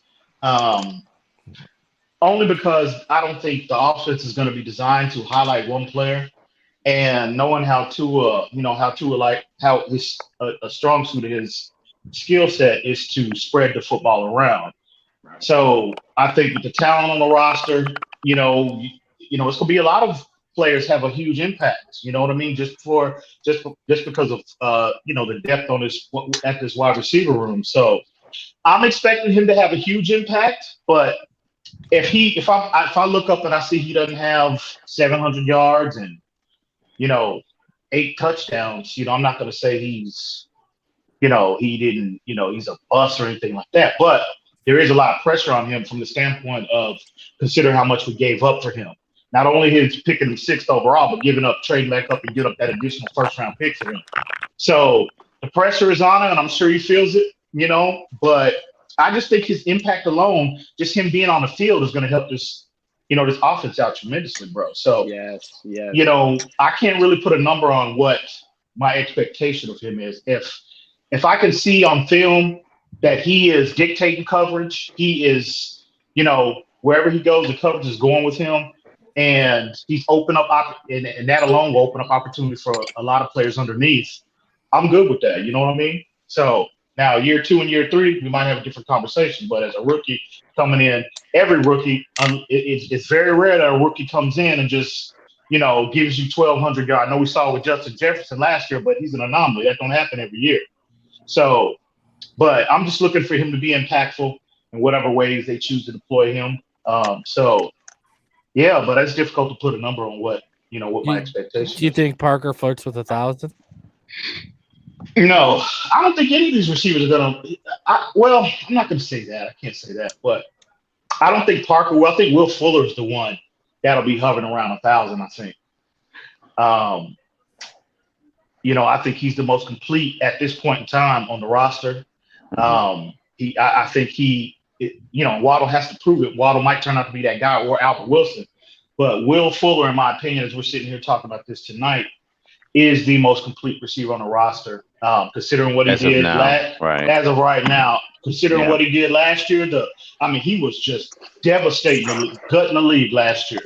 So if he comes back if he's the same version we saw last year, I know he has to sit out a year, but I'm looking for Will Fuller to have if it's a wide receiver that's going to get 1,000, it would be Will Fuller, I think, barring as long as he stays healthy.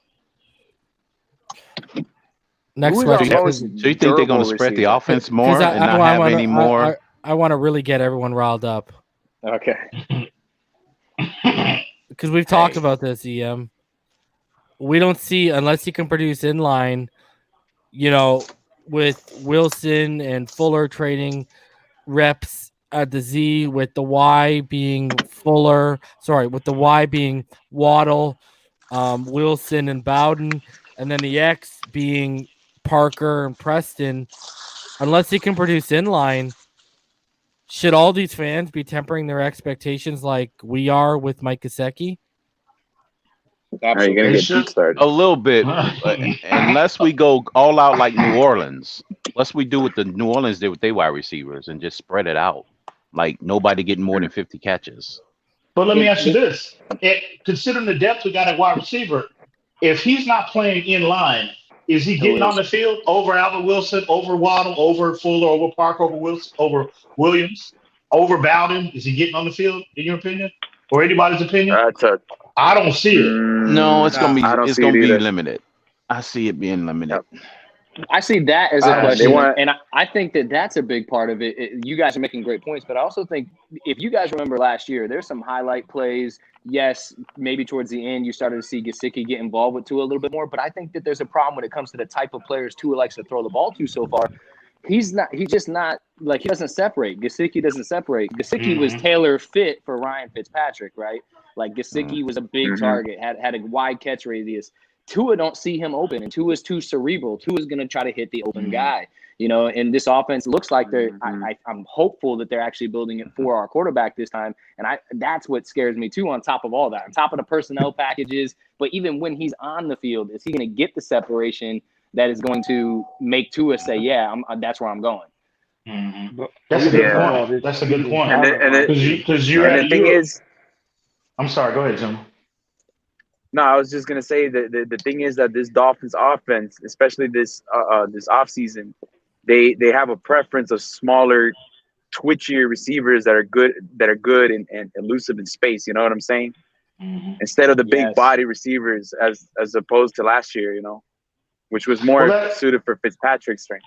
Yeah. But I could argue myself and say, why did we draft Hunter Long, though, in a sense?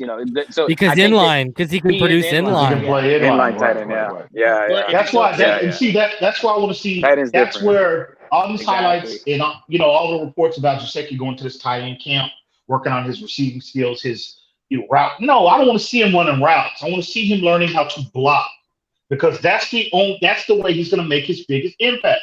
Any tight end in the league cannot consistently line up wide in the slot, on the boundary, and consistently separate from the NFL level DBs. It's just not possible. So his value, why Travis Kelce, why Darren Waller, I don't know why that's so difficult to understand.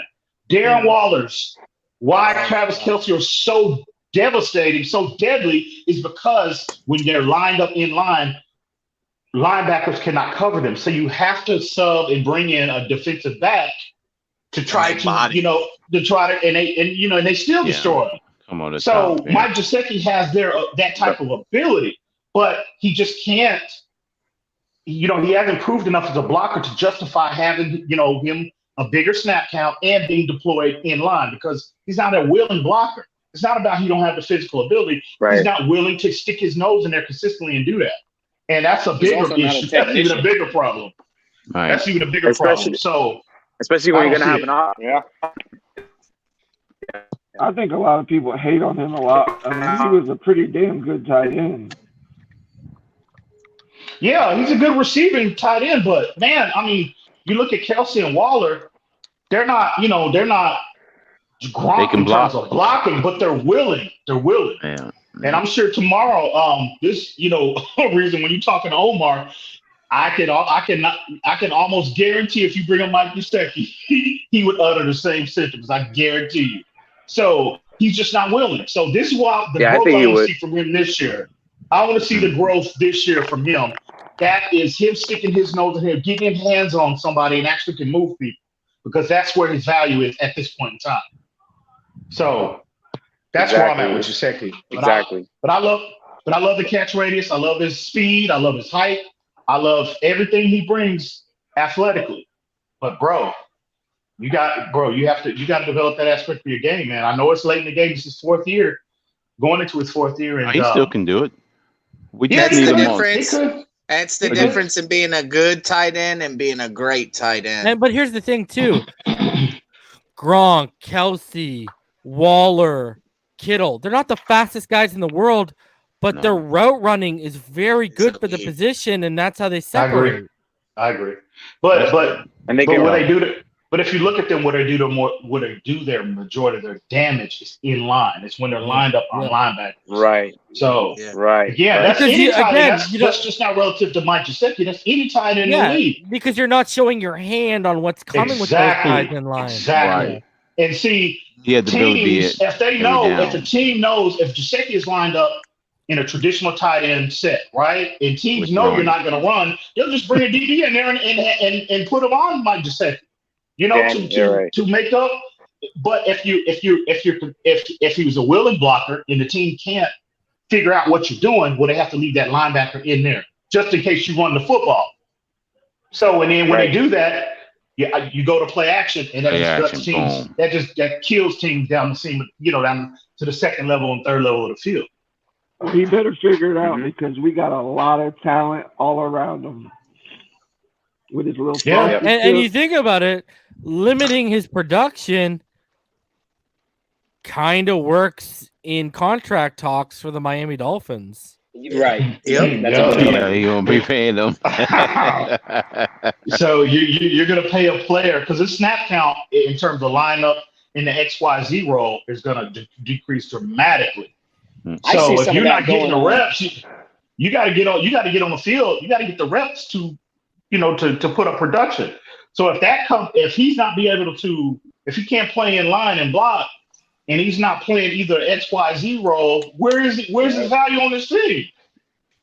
No, and the Dolphins probably don't want to take reps away from the receivers either, Oh no. Yeah, I wouldn't. I mean, because I think we have legitimately, in terms of wide receivers, we have 5 legitimate players that can be extremely productive for us. More, have a bigger impact than what Mike Gesicki. I mean, from a dictating coverage standpoint, all of them moves. They tilt the coverage wherever they go.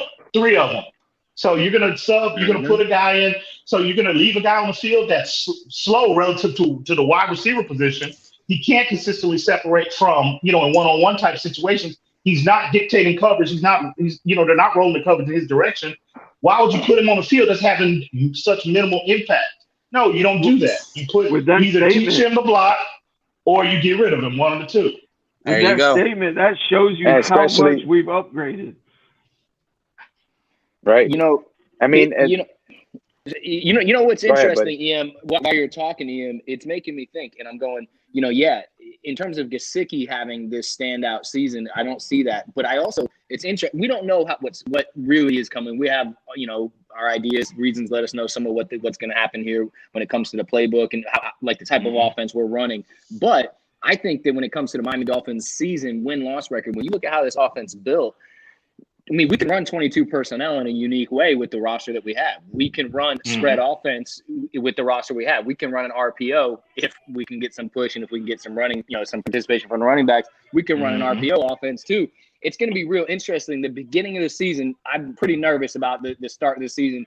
Hey, I don't want to start 0-2. We have a couple tough opponents and tough situations that, we as Dolphins fans know how this usually has gone for us in the past. So I got that gut feeling that gets me a little nervous. But really, I think that no one else we don't know as fans, and this is a pretty plugged-in community, we don't really know how's Mike Gesicki going to be used, who's going to be the receiver in the X, who's going to be playing Y. I think it's going to be real interesting. They're going to have some chess pieces in the beginning of the season that can make us a little bit hard to defend because no one knows what's coming, and they've never seen 100% Tua. I think that's by design because you always talk about when you listen to Flores. He's always talking about matchups, week-to-week matchups.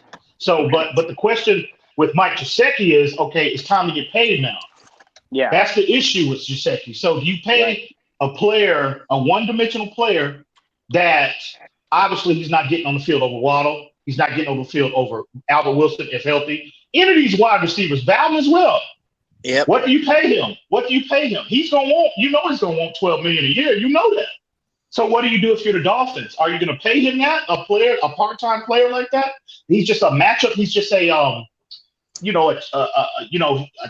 just a piece to the puzzle. Chess piece. What value do you put on that? So I know what he's wanting, and I don't blame you. But if you're the Dolphins, you're like, no, bro, no, come on. No, so that's the I don't think issue. You let him walk. We'll see how he is in training camp, whether that aspect of his game has improved to where he can carve out a bigger role in this offense. If not, what do? You just let him walk out the door for nothing, or do you try to are you trying to dangle him to get compensation for him? Because you don't want to just let him walk out the door for nothing.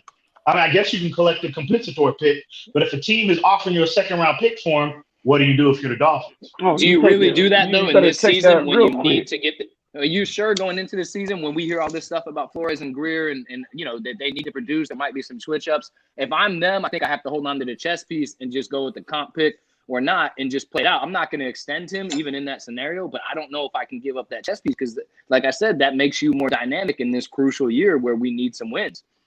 But to be honest with you, but again, if he hasn't learned how to block, what is he's not getting on the field. So, he's not getting on the field. I mean, if he's not playing this year, so if he's not blocked, we'll find out this year. I'm sorry. Go ahead. No, go ahead. I cut you off. I'm sorry. No, I was just going to say, it's all about how he plays in line. If he doesn't, he has, in my opinion, he has no value on this team because he's not getting on the field. I don't care what matchups you have. You got big body guys. You got Parker. You got Preston Williams. No, he's not getting on the field. So again, if you're the Dolphins, what price tag do you put on a chess piece, a piece of the puzzle, and not a very valuable piece, I might add, if his snap count significantly decreases. So if it's me, they see him 6 days a week. I'm evaluating him very closely. And if this kid is not giving us anything in terms of his ability to play in line, bro, I'm telling Chris Greer, you need to be on the phone shopping him because I would rather him trade him and get something for him as opposed to just let him walk and get, a 6th round pick for him. There's a reason we drafted a tight end in the 3rd round. Exactly. That's what I was going to say. And especially if the kid Hunter Long comes in and shows that he can do it, that he can play in line, that he'll block. Adam Shaheen has already proven he can play because he was the one. Him and Mike was on when they went to the 12 personnel last year. They were on the field 95% of the time more than Mike Gesicki. So I agree. You already got guys in house that can give you what you need in terms of the run game, and Shaheen is athletic enough to be a threat. Now he's not Mike Gesicki, but he's athletic enough just to make teams respect his athleticism in the passing game. So it's not a hard question for me. And what about in the red zone too? Could you see them, bringing it in the red zone? You know what I'm saying? When we need that big body guy. You got big body guys. But I mean, how big of a red zone threat has Gesicki been since he's been here? I'll wait. That's a good point. Okay, well there you go. And it looks like Hunter Long was balling out during red zone drills too. Yeah, the whole point is that it's been 3 years now, man. And my thing is, you've had 3 straight seasons to improve upon the very essence of some of the dirty work plays that are required by the position, and yet you still today are inept in those positions. You made yourself essentially one-dimensional. The hit on you coming out of Penn State was that you wasn't very physical in the run game, but people felt like if you put on some weight and you acclimated to the NFL game that you could do it, but you still haven't done it yet. Who's going to pay you $12 million a season to be one-dimensional and can catch seam routes? Not too many people. Maybe the Patriots. Well, a lot of people killed Adam Gase for trying to develop that aspect of his game. I don't criticize Adam Gase in that regard because I know he saw where this kid's true value can be. And it's from just like any tight end with elite receiver skills. You have to be on the field because that just makes your offense again. It keeps teams honest. So I think he saw, he didn't have the time to see his development through because, obviously we fired him. But he saw that. He was trying to develop this kid. He got killed for it. But Gesicki, to be honest with you, it was a big mistake that he didn't obviously put the time and work in to develop that, aspect of his game because now, Yeah. So now, again, where is this rollout going to be? And not just with us, but I mean, probably 80% of the teams or 90% of the teams in the league. I mean, where's your value? Teams still require their tight ends to run block and commit. Not you don't even have to be perfect at it. You just have to be willing to engage and do the dirty work. You know what I mean? Like, I haven't seen that yet. I still haven't seen it. So, I mean, willing. It is so frustrating. Me and Reason, we talk about this all the time. I get so frustrated with Mike Gesicki. Normally, players that are deficient in a specific area is because they have physical limitations. This dude has none. I mean, he's got everything you want, bro. Right? He's a pretty boy, man. That's the position he plays requires the position he plays requires him, and I'm gonna use Reason saying it requires him to be Tarzan, but he plays that part of the game, that part of the position like James. Been hanging around. Bro, he's the tight end version of Kalen Balazs, bro. Too Hollywood. Hey, Balazs your boy. Don't start turning on Kalen. Wow. What about James Giants? Don't leave him out. Hey, nobody talked about him like that until we got all these wide receivers. No, that's not true. That's not true. Me and Reason on this. Me and BallGame last year broke down every single drop back of Tua Tagovailoa in a passing situation. We were ripping Mike Gesicki's route running right, left, and center, bro. Perfect rounding. Bro. We were giving Mike Gesicki the work in those all 22 breakdowns. So, but you know, that's not true at all. But you know, and I've been killing him too. But the thing is, okay, well, now is the time to have the conversation because now you do have the talent in house. Last year and previous years, you didn't. So you had to play him and deploy him in that role. Now there's no excuse. Now you have the talent in house. Yeah, that's true. Our hands was tied. So, but you know, he gonna get phased out, man. I mean, it is what it is. You don't take a tight end in the second round, a guy that's known who has in his repertoire that he's above average, a pretty good blocker, can work the middle, intermediate levels of the field, has soft hands. Now, maybe not gonna separate a whole lot, but you really don't need your tight end to be over the top flashy to be effective. Right. You know what I mean? And I would take a guy that's gonna commit to the run game and be able to help. You know what I'm saying? Help improve that aspect of our game. I mean, of our offensive attack. Over a guy that's just gonna give me a seam route up the field every now and then, you know what I mean? And then I can guarantee Flores agrees with you. Carts off to the sideline, he's gone for 5 or 6 plays, and he's back out there again because as soon as I see Gesicki on the field, I know it's 90% of the time it's gonna be a pass. Not gonna be a run. You know what I mean? Predictable. Right. All game is too predictable. Yeah. So and then go ahead. I'm sorry, go ahead, BallGame. At least with them other 2 guys out there, Shaheem and Hunter Long on the field. I don't know what the hell's coming my way. You know what I mean? Like, yeah, you don't. Yep. Or even Matt Collins for that case. Yeah. Matt Collins even commits to run blocking though. Right, that's what I'm saying. Matt Collins, you don't even know what's coming at you. You know what I would do, and I'm sure a lot of people are going to disagree with this, but you know what I would do? I would get rid of Gesicki, and I would just make Matt Collins my full-time tight end. That's what I would do. He's a better athlete. He's a natural wide receiver. He's a better athlete, and he's proven he's a more willing blocker. They're already cross-training him anyway and trying to make him a hybrid player anyway. That's all they did. Listen, that's all they did with Darren Waller anyway. That's it. That's all they did. So do the same thing with Matt Collins. You got him in house. That's what I would do. They should have traded Gesicki when everybody was yapping about how he was a top 5 tight end. They still can get him. Some team out there will still trade for him. It's just a matter of whether or not they're willing to do it right now at this point. I'm quite sure somebody will be calling asking about him, especially if they start to notice that New Orleans is a team because clearly Sean Payton doesn't value at the tight end position a player that can block. He has it his whole career.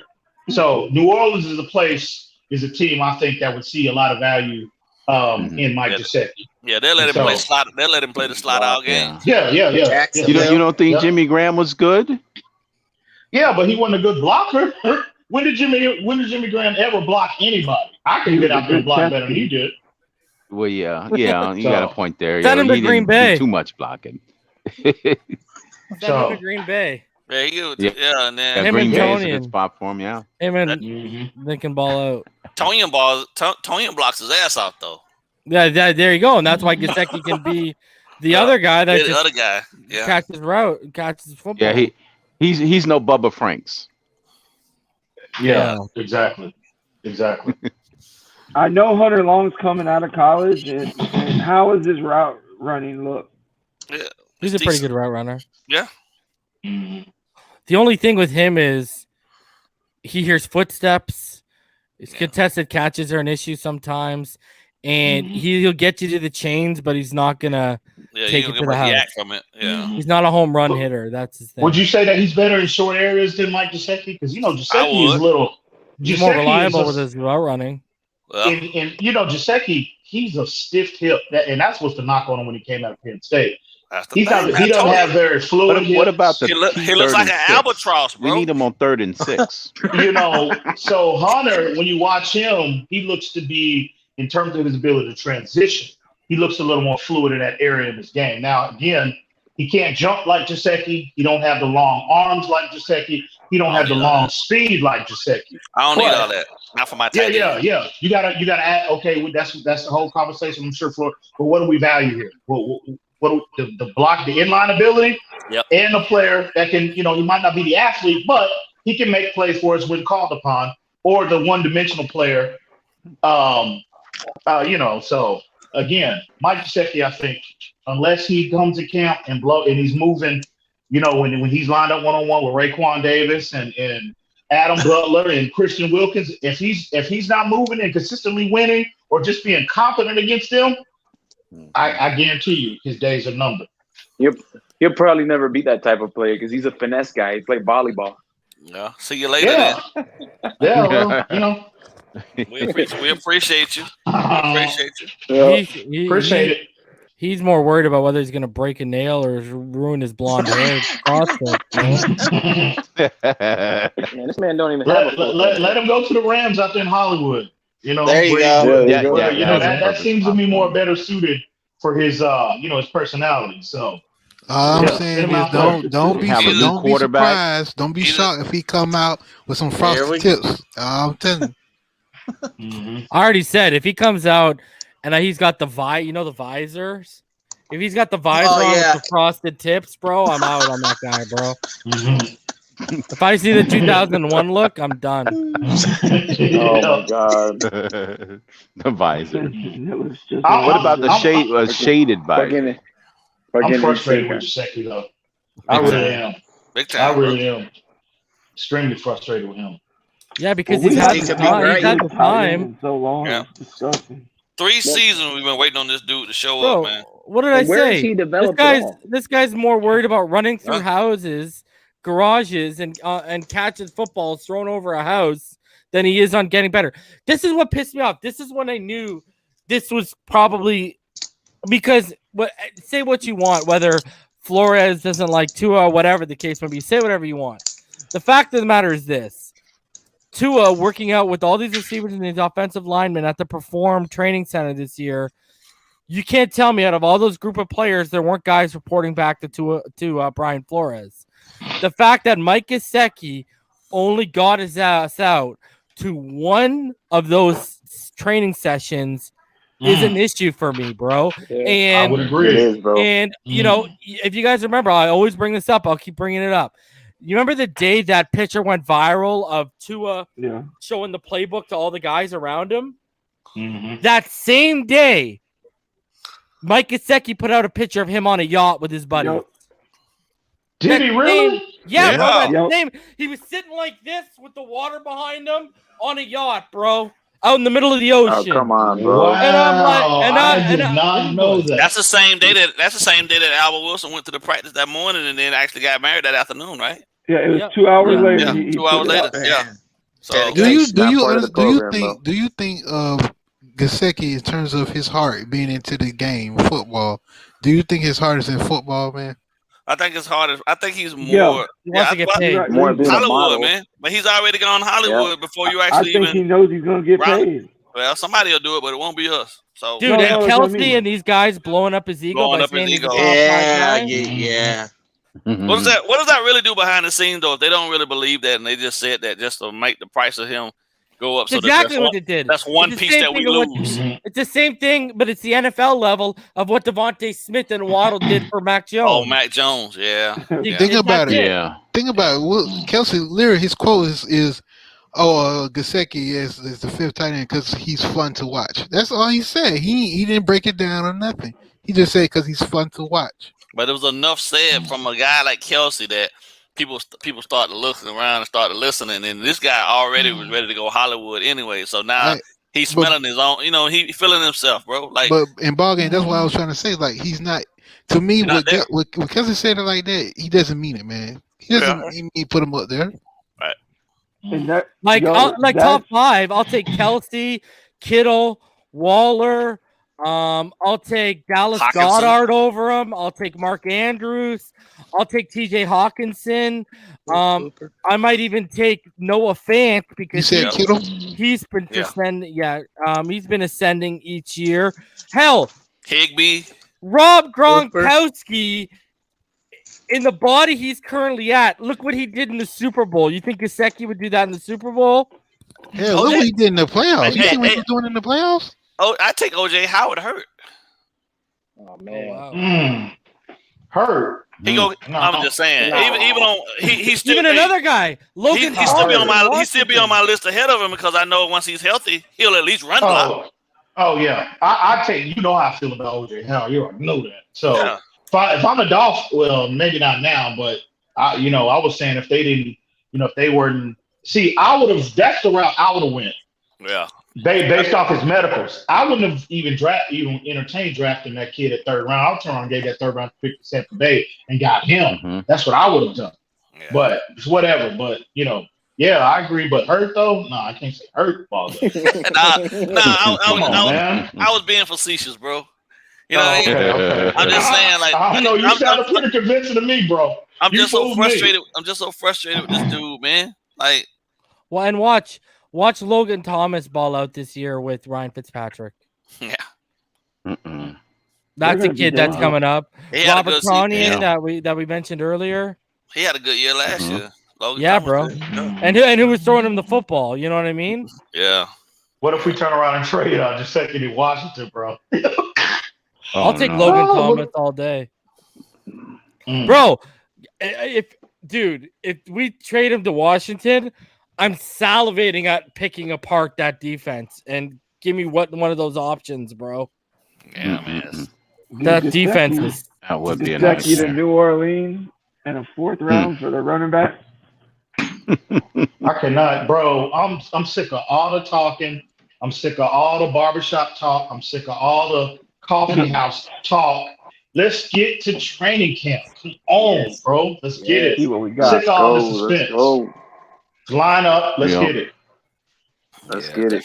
Are you going in? Well, I'm looking forward to training camp and seeing Grant on the list of the people getting released. That's what I'm looking for right there. So you thinking, bro? From what you're hearing, well, I know you can't disclose too much, but from what you're hearing, though, it seems to be a foregone conclusion about Jakeem Grant. Yeah. I've just been told people in his camp believes he's not making the team. Oh, his camp. Yeah. Same with Malcolm Perry. Yeah, I knew Perry wasn't gonna make it. Oh, yeah. Well, at least he knows. Well, he had a good game that last game. That last game, he balled out. We got to give it to him. Who? Malcolm Perry. What are our standards for balling out now? I know, right? I know. Hey, reason. Get a man a break. Come on now. Stop it. You said He's from the Navy. You said, hey, that's even worse. That's my fellow Navy guy, man. You can't do it. Hey, I did 22 years in the Navy. I did 22 years in the Navy. Retired. I know you did, BallGame. I know you did. I'm not impressed by Malcolm Perry. I know. No. Maybe he was a bosun's mate. Hey, BallGame. He was a bosun's mate. I don't even think he makes the practice squad, bro. He's a mid. You know how the midshipmen do, man. The midshipmen, man. The midshipmen, Right. man. They yeah. The midshipmen, man, they sell out. That's the same type of realism. What game are we talking about, though? He said the Bills game. Buffalo game. Buffalo. Dude, he had one catch for 25 yards and a touchdown. Hey, that's optimal level compared to what our receivers was doing all season. Yeah. Damn, balling out. Wow.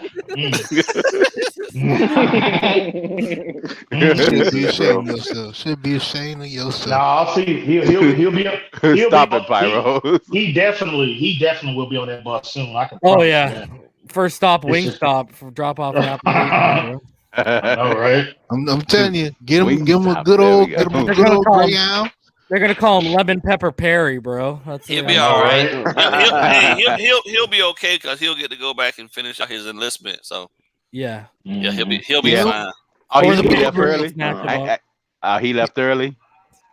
I think the underrated move last year. My bad. Go ahead. No, we're just saying he guys left, and then he said that in his Monday morning quarterback article that he wrote last week that he fell under the rule, that new rule where they can leave and then they can fulfill their enlistment later on. Yeah. Oh, okay. I'm gonna go. I'm switching gears here. Listen, a lot of people. Lynn Bowden Jr. Yeah. What do you expect from him? I think that was a huge pickup for his potential. I mean. Oh yeah, but my thing is like. The only I think I love that kid. I think next year will be a better year once this is shaved down a little bit. But right now, how do you see him getting a lot of targets in front of DVP, Preston, Wilson, Waddle, and Fuller? Can't. I want to see I want to see packages created for him. That's my biggest thing one of my biggest things going into training camp is how creative this dual OC role, how creative they're actually going to get with, not just with Lynn Bowden, but a lot of these guys. How creative, because they've got, dual skill sets like Bowden, like even Waddle, Will Fuller. I mean, I want to see packages designed specifically for that, because I think he's an impact player, in my opinion. Wildcat, line him up in the backfield, give him reps as a running back. As a receiver out of the backfield, what linebacker can cover him in space? I'll wait. So I think he has that kind of ability. You just got to get creative with him, bro. I want to see them have I know it might be huge expectations, but I want to see them have from a creativity standpoint, Sean Payton type, impact, a Josh McDaniel type impact in terms of highlighting a player, highlighting what they do well, and creating specific packages and schemes for them.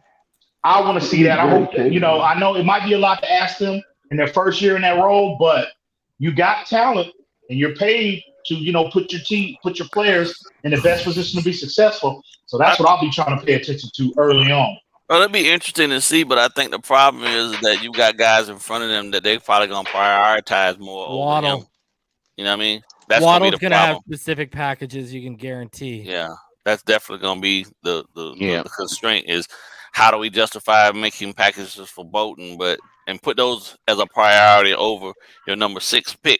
You know what I mean? But I mean, it's just a change up to throw at the defense, bro. Oh yeah. You know what I'm saying? It's just a change up. I'm not saying him having a primary role over these other guys, but what I'm saying is be creative, develop something for them just to offer a change up for the defense. Because if they're anticipating fastballs all the time, bro, well, eventually they're gonna catch up to you and they're gonna hit one out of the park.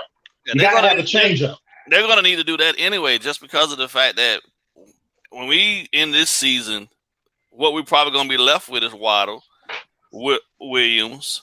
I don't know if Albert Wilson comes back for another one. They'll re-sign Fuller, so Bowden will have to play a intricate role in that's why I said next year. Yeah, happening going forward. So I mean, I can see him being decent this year, but I think this breakout would come next year if you're going to bet. I agree. But I mean, again, like I said, I just want to see them how creative they can get, bro. You know what I mean? Just little things. And I want to see. I don't think they're getting creative if Devontae Parker is saying in his media availabilities, we're motioning more than we've ever motioned while I've been here. Exactly. Which you know what makes sense? Now that makes sense of why they wanted Matt Canada. Because that guy motions like I watched one play. I'm not even lying. He motioned like 6 times before this ball was snapped.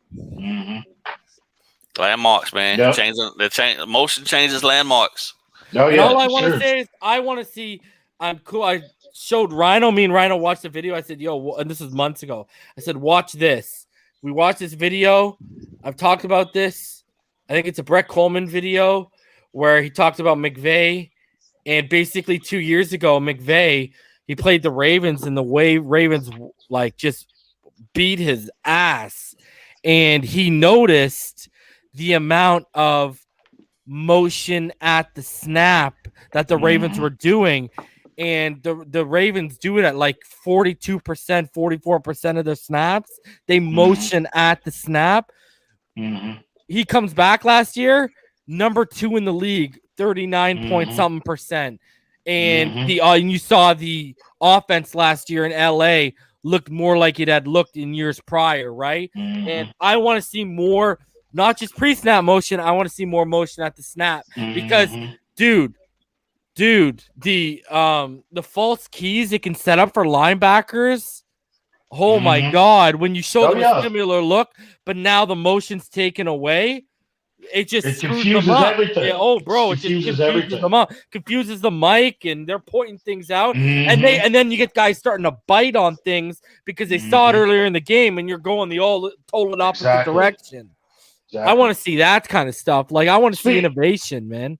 Speaking of Rhino, where's Rhino been, bro? I hadn't seen him on any streams or. He's been super busy, man. He's been because he does property management for his family. Okay. And from last he told me, I bring this up every time. His brother's been, I guess his brother's like newly single or something. He's been chasing skirts and having Rhino as his wingman. Shout out to the homie Rhino. I just hadn't seen him. I hadn't seen him on other streams. Shout out to the designated wingman for your brother. The wingman. So yeah. But I agree. I definitely agree with your reason. You know, we're in alignment on that. So it's a lot of question marks, a lot of there's a lot of uncertainty going into training camp, and I just anxious to get lined up, bro, and so we can quiet a lot of this uncertainty and anxiety, bro, about what we potentially could be this year. So 2 weeks, gentlemen, 2 weeks. 2 weeks. Oh, I meant to ask you as well, Reason. Oh, I'm sorry. Go ahead, bro. No, go ahead. Yeah, I was going to ask you, are you hearing anything about Xavien Howard, bro? Quietly? No. Nope. I haven't heard anything right now. I saw somebody posted a video, a photo of him, and apparently he's still working out with Noah. They're like working out every day together. Big E posted that picture and said, "Oh, what do you think he's looking at on his phone or whatever?" He was in Colorado last week. He was in Colorado last week with that boy name Zaya. I can't think of the name of the player. Who was that? Xavien Howard was in Colorado. Hey, who that? Who was it? Was he with the Patrick Surtain? No. Who was ex in Colorado with last week? Huh?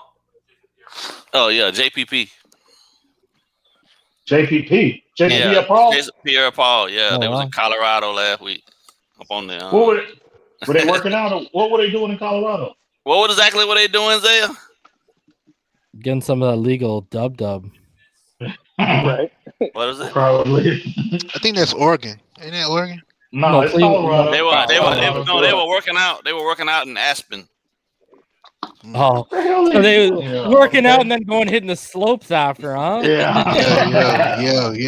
They was in the slopes. JPP, he's still with Tampa Bay, isn't he? Yeah. Okay. I was gonna say I know he can get. Damn, where you gonna be with every Tampa time Bay? someone says Aspen, I think of Dumb and Dumber. When he goes, Aspen, California, beautiful. Then they drive there. He's like that. He's like, I thought the Rocky Mountains would be rockier. That John Denver is full of shit. It's classic. It's classic. Yeah, I haven't heard anything, man. I don't know. I think it's all quiet right now. Hush, hush, it's hush, hush. No Do news is you good news. what if you going gut feeling? Do you think he's gonna dig in, bro? What? I think he's already dug in. And it ain't working. Noah better be ready. Yep. Woo. Yeah, he better be. Yeah, he better be. I was gonna do it Early. tomorrow night, but I'll do it Wednesday night now because I have Omar Kelly coming on tomorrow. But I'm gonna do top 5 most important Dolphin players to their 2021 season. You can bet your bottom ass that Noah Igbenogany might be on that list, bro. Hell yeah. Yeah, man. He gotta face Diggs again, man. Jones should be taking digs. Jones should be taking digs. I'm just saying, hey Byron, guess what? You're traveling today. I'm just Pack your bags, bro. You're Every moving Sunday. side to side. I'm Every just Sunday saying, if they don't do it, woo, every Sunday until otherwise stated. If X ain't there, Jones will be packing his bags and moving every Sunday. To quote EM, he's gonna be rotisserie. He better not get caught on that grill, bro. Because we all know. I mean, they was slow cooking him last year, bro. Yeah, they was smoke cooking him.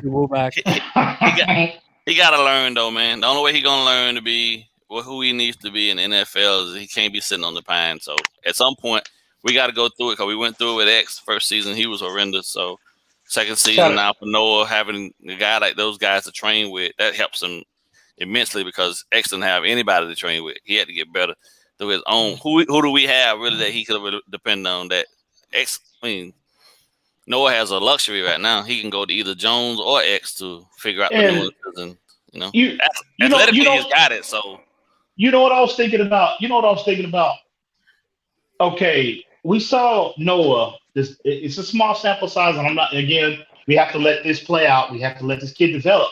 Mm-hmm. But damn, you got to ask yourself. I mean, you look at Needham in 2019, promoted up off the practice squad, assuming the number 1 role, I might add, and he looked light years better than what Noah looked. And Noah is supposed to be better. Is supposed to be a better athlete.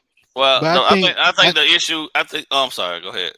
No, I was just gonna say this. I just think that since Noah was a first round pick. Yeah, he may be later on, but still a first round pick. So I don't think it has anything to do with that. To be truthful with you, you are more comfortable at the position when you've spent more time at the position. In order to be a DB, you have to be a DB. And him having only 2 years of experience of that in college, and then he did admirably. He played completely off of his athletic ability, I believe. But to be a true solid corner in the league, bro, it takes a couple years for these guys to acclimate into that. Look at Okudah. Okudah could be arguably probably one of the best athletes to play the position, but he struggled mightily too, just because of the fact that the game is different.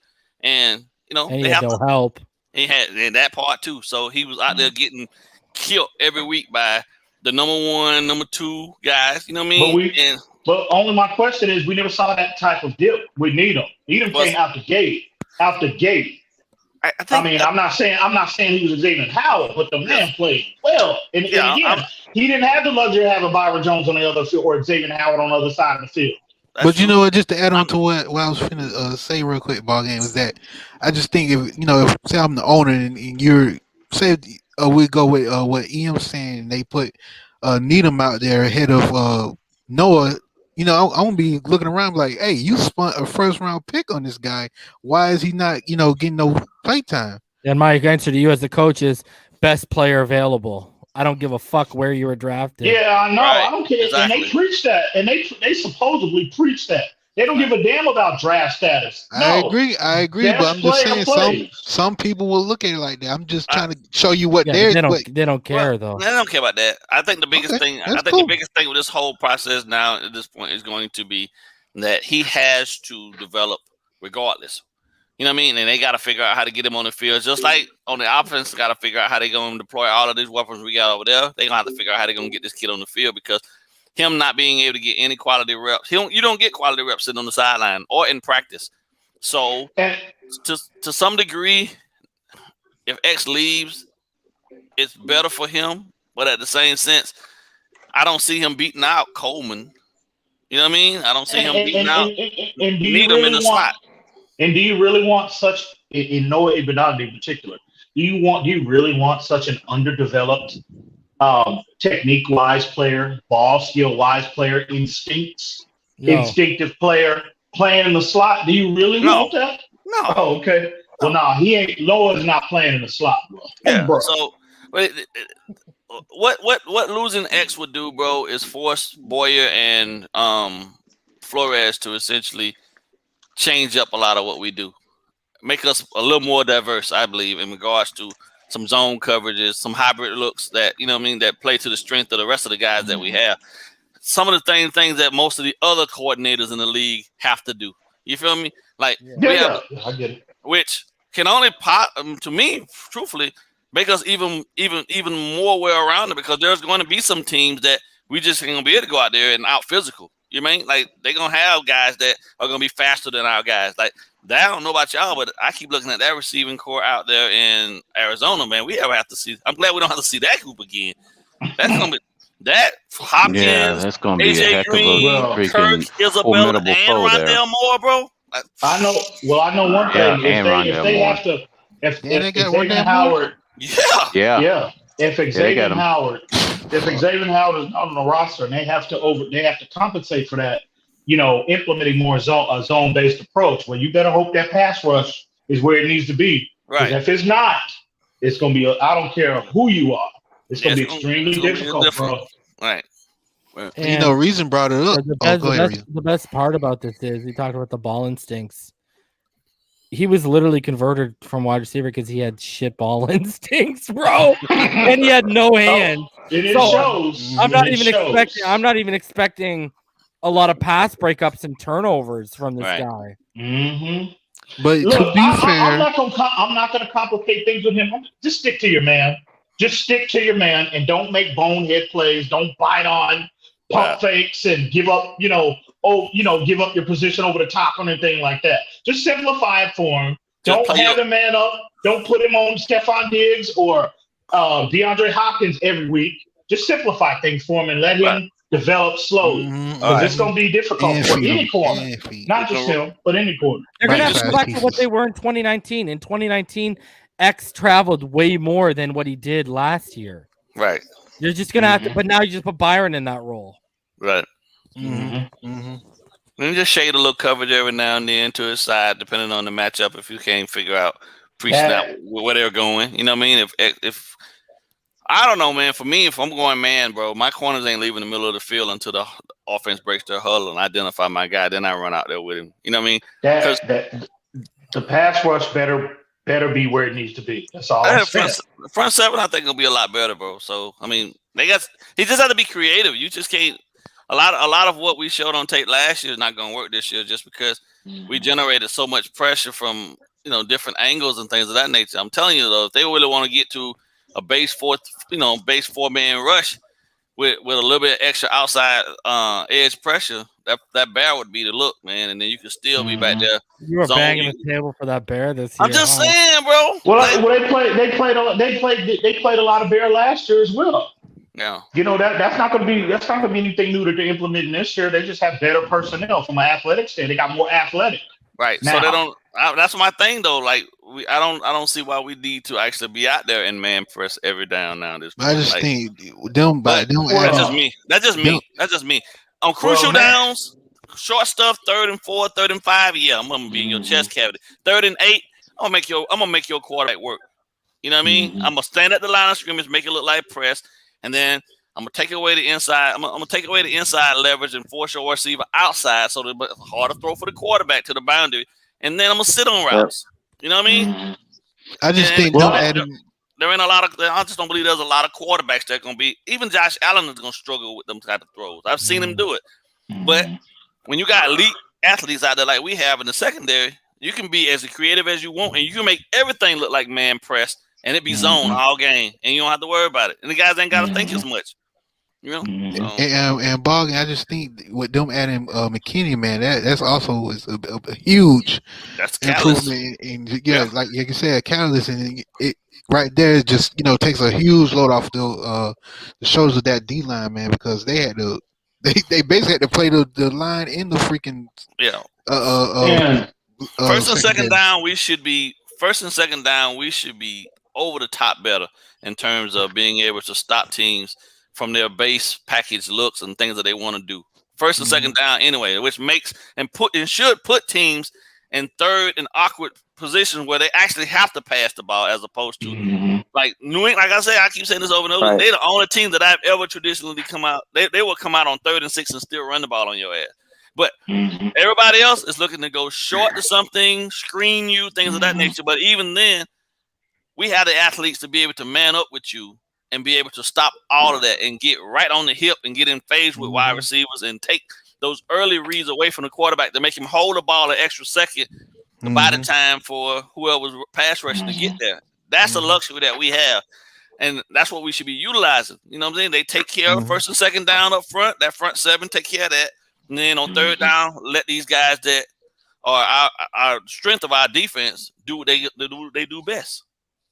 Eliminate receivers. And I think, I've been seeing a lot of unnecessary criticism of Nick Needham, not only tonight in your chat, but I've seen on, other platforms, especially on Twitter. People are killing Needham, bro. You got to take into account his mom year left playing Twitter because of it. For what? One game? For one game, one game, and in his first year playing exclusively in the slot, bro. That's not an easy task. That's crazy. He didn't even get lit up. He did not even get lit up in the slot till the final game of the year, bro. I know. Come on, bro.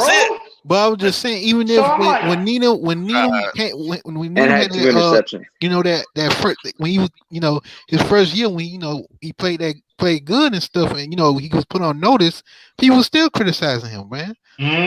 Yeah.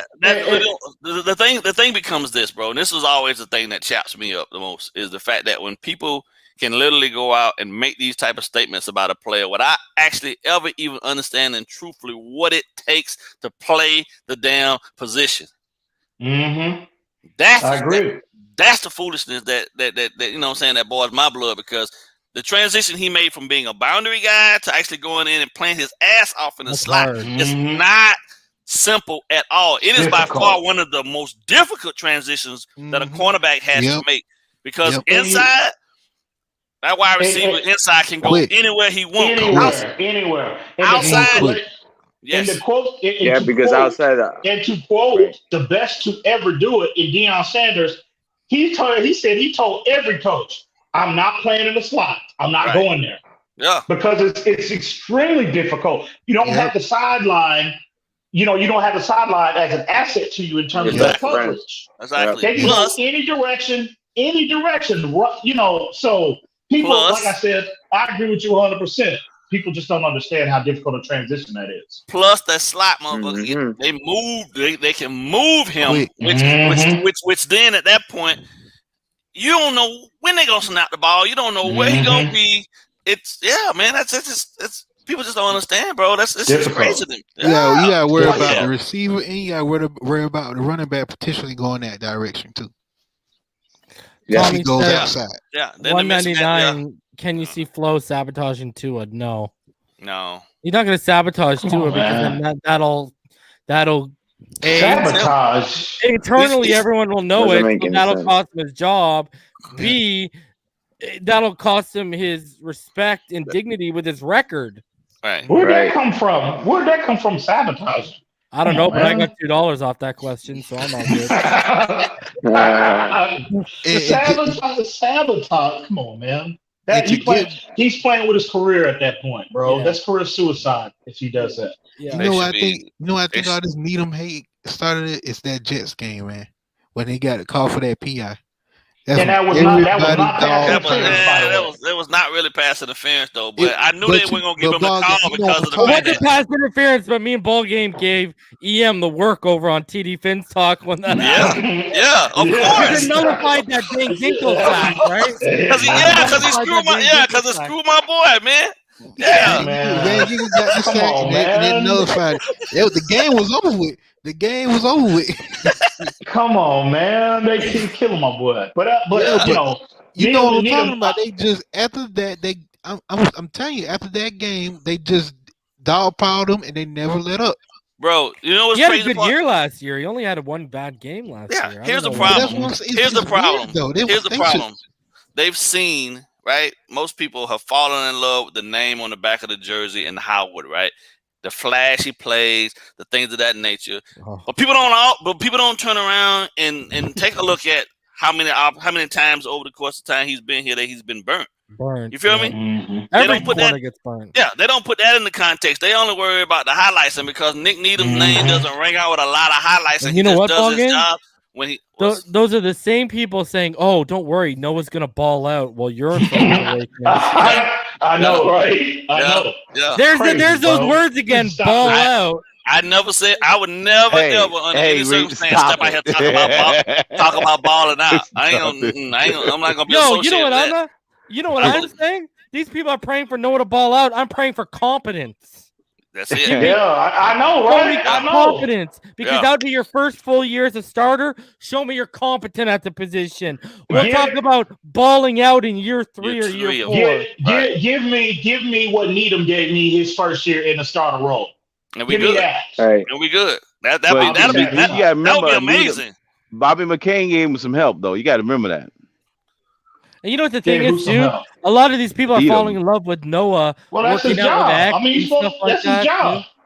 He's supposed to help he's supposed to help his cornerbacks out. That's his job. Yeah, I know. I ain't saying that. Yeah, that's good. Yeah, that's fine. Bobby, our best. Listen, let's be clear. Our best slot corner was playing free safety when McCain was on the team.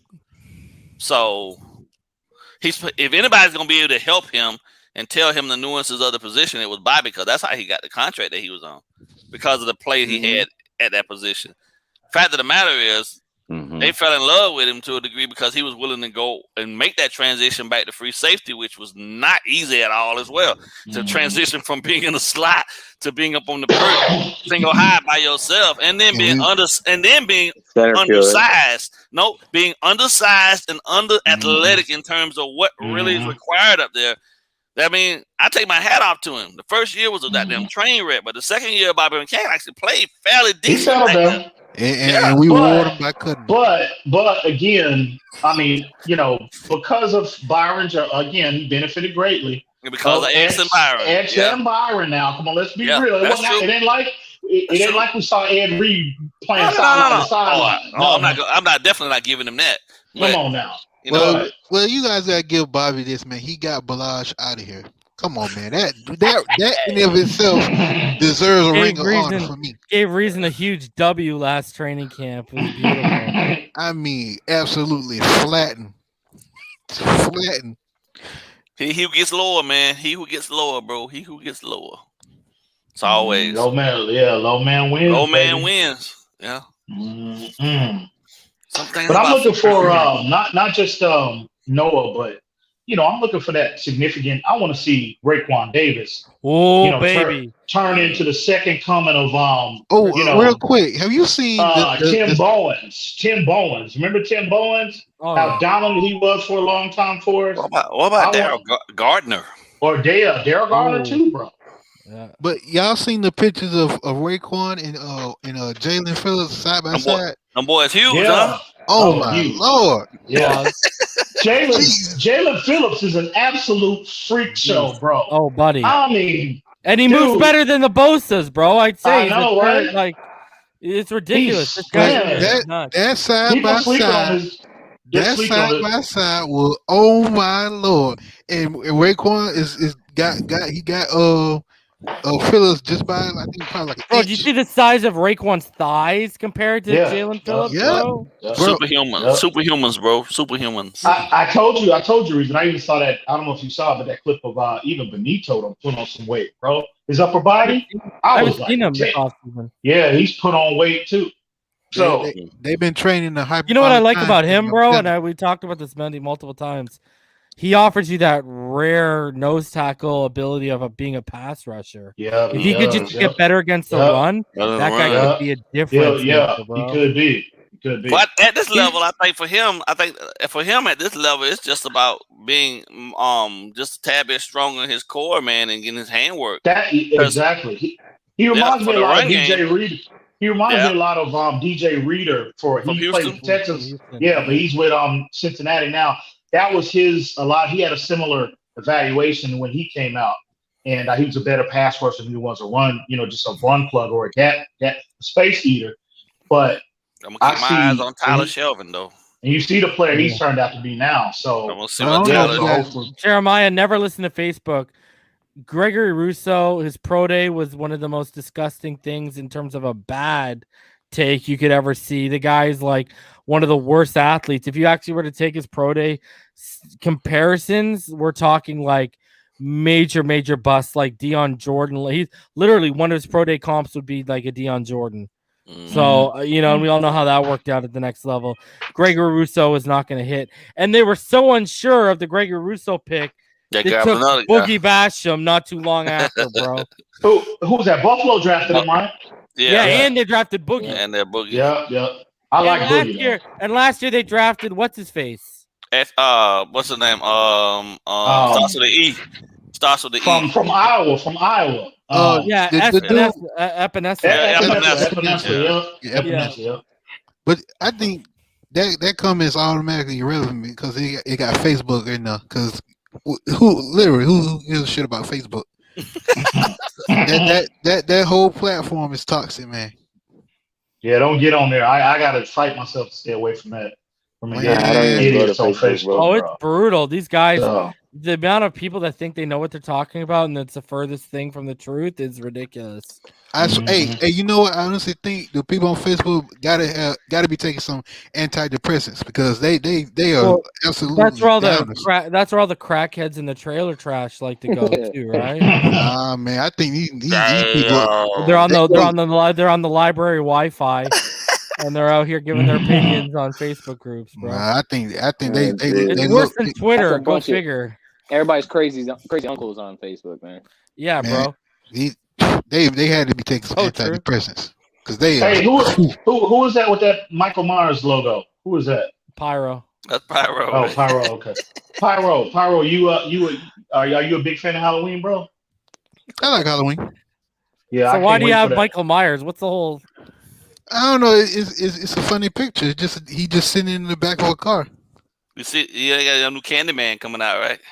Yeah. I seen. Yeah, that's my neighborhood. Is it the same guy? Is it the same guy or a new guy? New guy. Yeah. New guy. Bro, I'm a big. You know me, Reason. I'm a big Halloween guy. I love Halloween. So that new one coming out in October. Yeah. So, you know what Dougley was telling me before I went live? Y'all remember when we were younger? Those Fear Street books. What's that? You remember the books Fear Street? You guys remember that? Okay, do you remember Goosebumps? Yeah. Okay, you remember how they were written by R.L. Stine, right? Yeah. Well, the teenager version was called Fear Street, and it was like more gory and stuff like that. Apparently, they made a couple of movies that are on Netflix. And he was telling me I saw it. He's telling me one of the scenes was like some guy gets diced up by a bread slicer. Like he said, it's like just ridiculously gory. So like I gotta check those out, man. That's like you guys remember? Do you guys ever watch you remember the Leprechaun movies? Hell yeah, that first one scared the shit out of me, bro. Oh my God. The first one. Do you remember the one? Damn. Which one was it? The one where he took the fan and he made it look like made this guy like hallucinate that it was a woman, and he went to go kiss the woman and it was a fan and it just like chopped his head off. Y'all remember that? That was on the first one.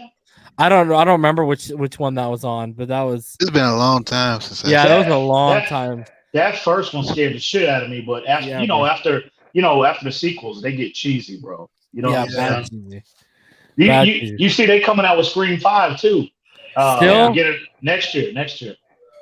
They're still January. making those. Yeah. Scream 5, bro. That's like how they the set it Fast up? and Furious thing to me now at this point. Come on, at Oh some my point you gotta God. walk away, bro. Yeah. Bro, I stopped paying attention when they did Fast and Furious Tokyo Drift. I'm like, okay, I'm out. Like, hey, wait, hold I was up. I watching like the preview Tokyo, for that, Tokyo and Drift. they had him catch a car like he's a superhero nowadays. Compared to what they put out now, Tokyo Drift is a masterpiece. yeah, I don't know.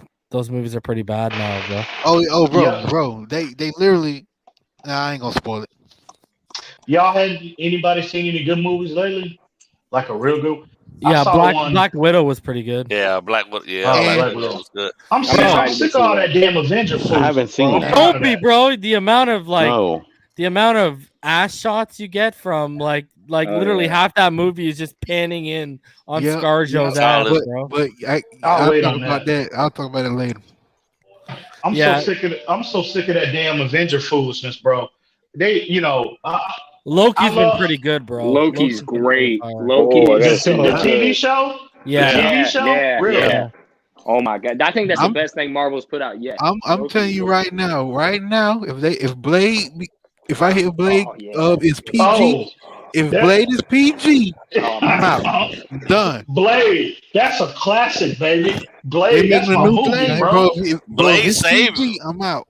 Blade saved Marvel though, so yeah, that's always going to be tops in my books because they were pretty much dead until that came along, and they did Blade. Bro, 2012 BallGame, I went and saw. I proposed to my wife in New York City, right? And so obviously you had to go to Broadway, right? We went and saw The Lion King, right? Okay. So I sit down, we're like 4 or 5 rows from the stage, right? I turn around like I'm putting it was in the winter, so I took my jacket off and I was putting it down on the seat behind me, right? So I turn around, 4 rows behind me, bro. Wesley Snipes, bro, and he's got the whole row brought it off, bro. All I did was I did the to him, I did the quick, and I got one back, bro. And the lights went down. I go, and all you hear is the white guy in the front of the fucking theater. Blade was epic. And then I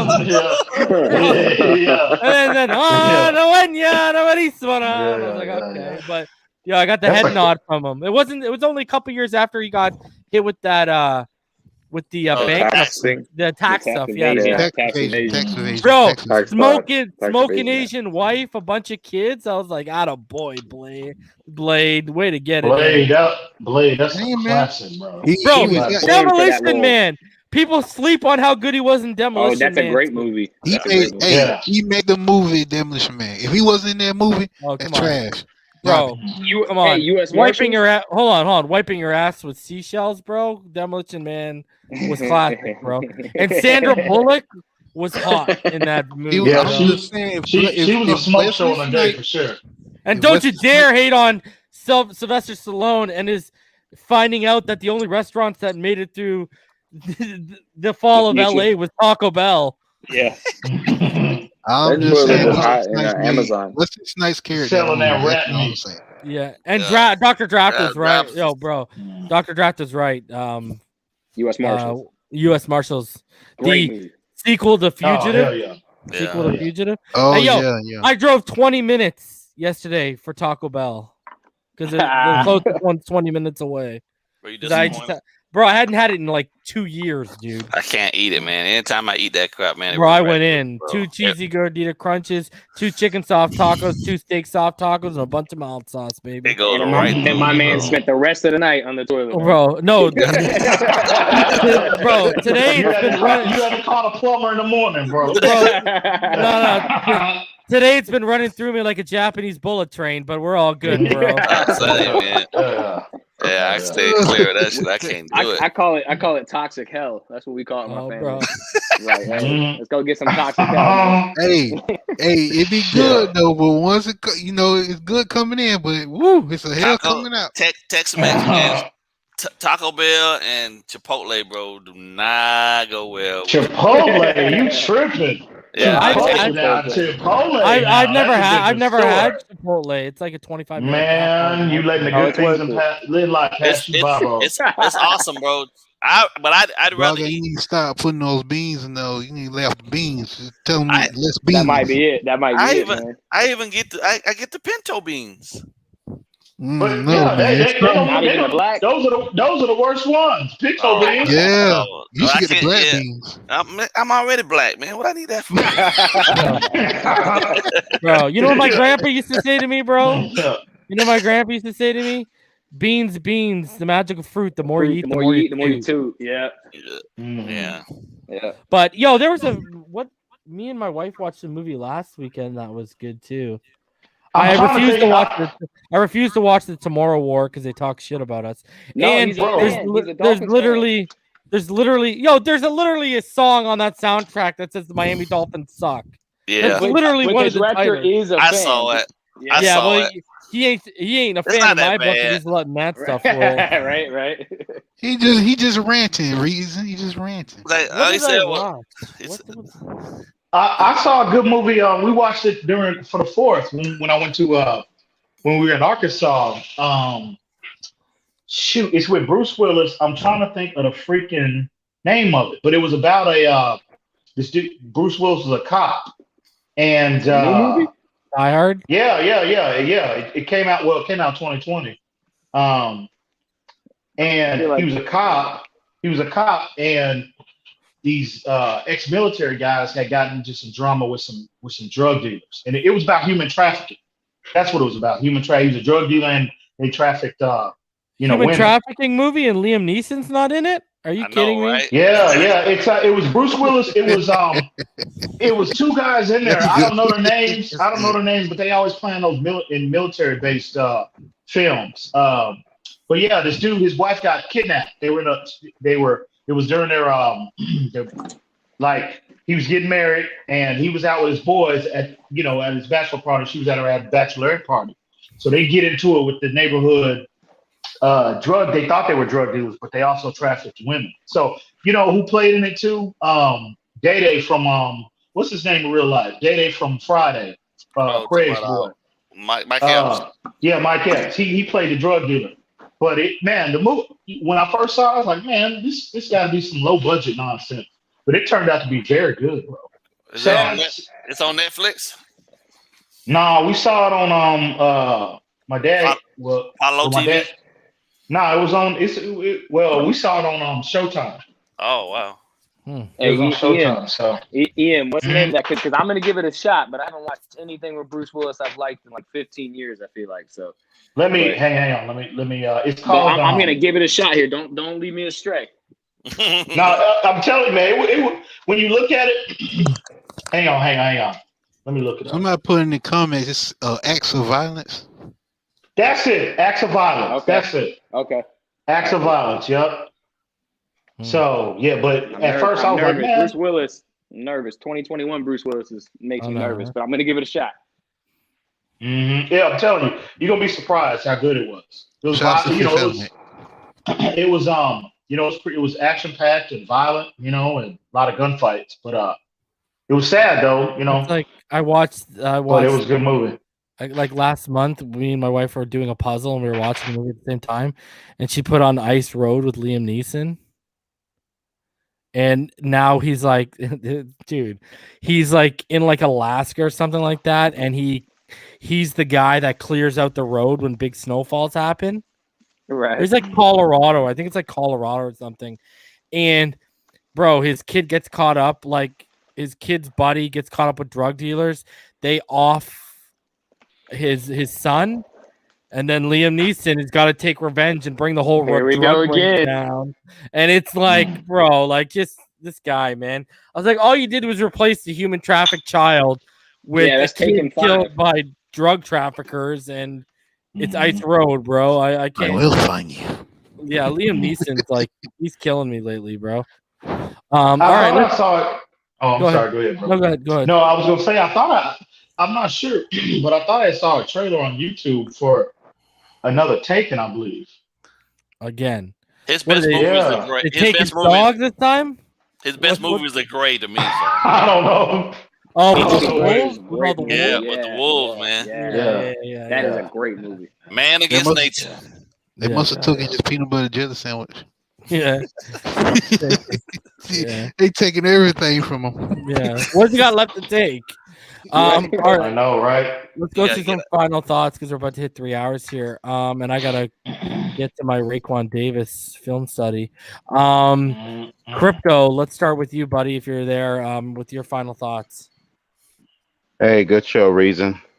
I was just hey, the season's upon us about what, about 3.5, 4 weeks away from everything get to going and rolling. So I can't wait to get everything started because we're gonna get a chance to have all of our naysayers just eat a bunch of crow for the rest of the season. So it's pretty good, everything. So I'm looking forward to your Omar Kelly encounter tomorrow. So definitely looking forward to that. And, give us a little bit of some more insight on what's going on in Dolphin Nation. So it's pretty good. Looking forward to it. BallGame. I'm sorry. I might as well say this reason. By the way, just a side note: Dogecoin is down 20%. Oh yeah, I know. I've watched. Okay. All right, BallGame and EM. I'll save you for last. Irving, your final thoughts, dude. Yeah, man, I can't wait. I'm looking forward to that interview with Omar Kelly. I would love to see you pick his brain with what he has to say. He makes a lot of good points from time to time. So I can't wait for training camp, man. It'll be real interesting. I think the upcoming joint practices with Chicago, Atlanta, and what was the other team? I think I'm missing one. Well, anyways. We only have those two teams for joint practices. Yeah, Chicago. Oh, okay, yeah. So, especially when we have one less preseason game, those joint practices are going to be very important for this team, especially for the young guys in terms of their development. It's definitely going to give them an opportunity to learn the playbook, a little bit more in depth. So they should really, really take that time to, learn the nuances of the playbook and stuff like that. But I can't wait to see what the final roster looks like after the training camp to see what we're going to go into the season with. So other than that, fins up. That's it. Yeah. Pyro, your final thoughts. What's up? Well, yeah, I'm pretty much agreeing with everybody. I can't wait for training camp. I can't, it'll be interesting to see what they do with the X situation going forward, and some other controversies, issues that's surrounding this team so far. But yeah, I can't wait for the Omar Kelly thing because these haters out here, they always up on Omar Kelly's grill and stuff, talking bad about him and stuff. Just it'll be good to, Larry. It'll be good. It'll be good to hear, his insight. I wasn't gonna name any names, but it'll be good, to get some insight on him, hear from his point of view and stuff, hear from his side. So, fins up, everybody. Yeah, like I can already see people trying to get pot shots in with questions through donations. So I will not read anything rude or aggressive towards them. Hopefully Rhino won't show up tomorrow because I know how he feels about it. A good chance he hasn't shown up lately. He'll show up this time. Dr. Draft, your final thoughts, buddy. I appreciate it, Reason. Yeah, man. Actually, I want to shout you guys out, man. This is my first time I've stuck on for like a whole time like this to get a final thought, and it's really brought a lot of light into my life right now because I actually have some stuff going on in the family. My dad's in the hospital, and it's been a stressful week. And man, tonight I seen it was the right timing. I just jumped on. I wanted to talk my Dolphins football, and I'm not old or nothing, but I'm old enough to remember the time on the internet where you can't really have conversations like this with other people, and it's like this is a new platform and Reason's at the forefront of it. And like I've been on here with EM, like listening to EM and BallGame this for the last year and a half or whatever, following the show, and it was just cool. It was a good night, guys, and I thank you guys for help me escape back into the real world for a minute. And yeah, man. Anyways, shout out, bro. I enjoyed your insight, man. I enjoyed your insight, bro. Yeah, you should come on more often, bro. I'd love to, guys. Yeah, I appreciate you guys big time, man. But yeah, I hope everything goes well in life, bro. I hope everything. Absolutely. Yeah, man. Yeah, most definitely. Where are you at, man? Where you located? I'm a little bit north of Tampa, in Hernando County, like an hour north of Tampa. Oh, okay. So I'm going to be down there training camp. You're not too far from Larry, then, huh? Yeah, I think Larry. I remember one time when I forget where he is, but I remember thinking he's close to me. But yeah, I'm going down for training camp. If anyone else is I don't know if there's a day where people are going to meet up or something, maybe a Reason could help facilitate us making sure we're getting together or something. That'd be cool. For sure. Man, that's what's up. No doubt, bro. Nice to meet you, homie. Yeah, man. Sure. Thank you. BallGame, your final thoughts, dude. It's almost time, man. I'm patiently awaiting the start of training camp, man. And I look at it differently. I say no controversy. no issues for this team to have to work through, man. I think it's good that they have to have these adversities because two things can come out of it. You know, it can either go bad or it can go good in terms of galvanizing the group. And with this team still having to establish who they are amongst the hierarchy in the NFL at this point, they're going to need to have been battle tested through some foolishness. You know what I mean? Anything worth having is going to require some hard work and some struggle to some degree. So I believe they'll get everything kind of figured out, man. No news. I look at no news as good news at this point. He's under contract. He might be a little disgruntled, but I think at the end of the day, he'll be a professional, show up and do his job, and help take this group to the next level. So that's my hope.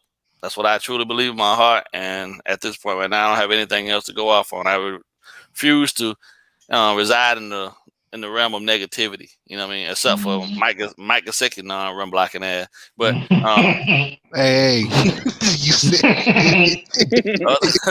other than that, it's always fins up, man. It's always good to be here with y'all, man. Y'all my brothers, man. So. And the latest episode of The Finish Line with me, BallGame in Richmond, should be dropping tomorrow.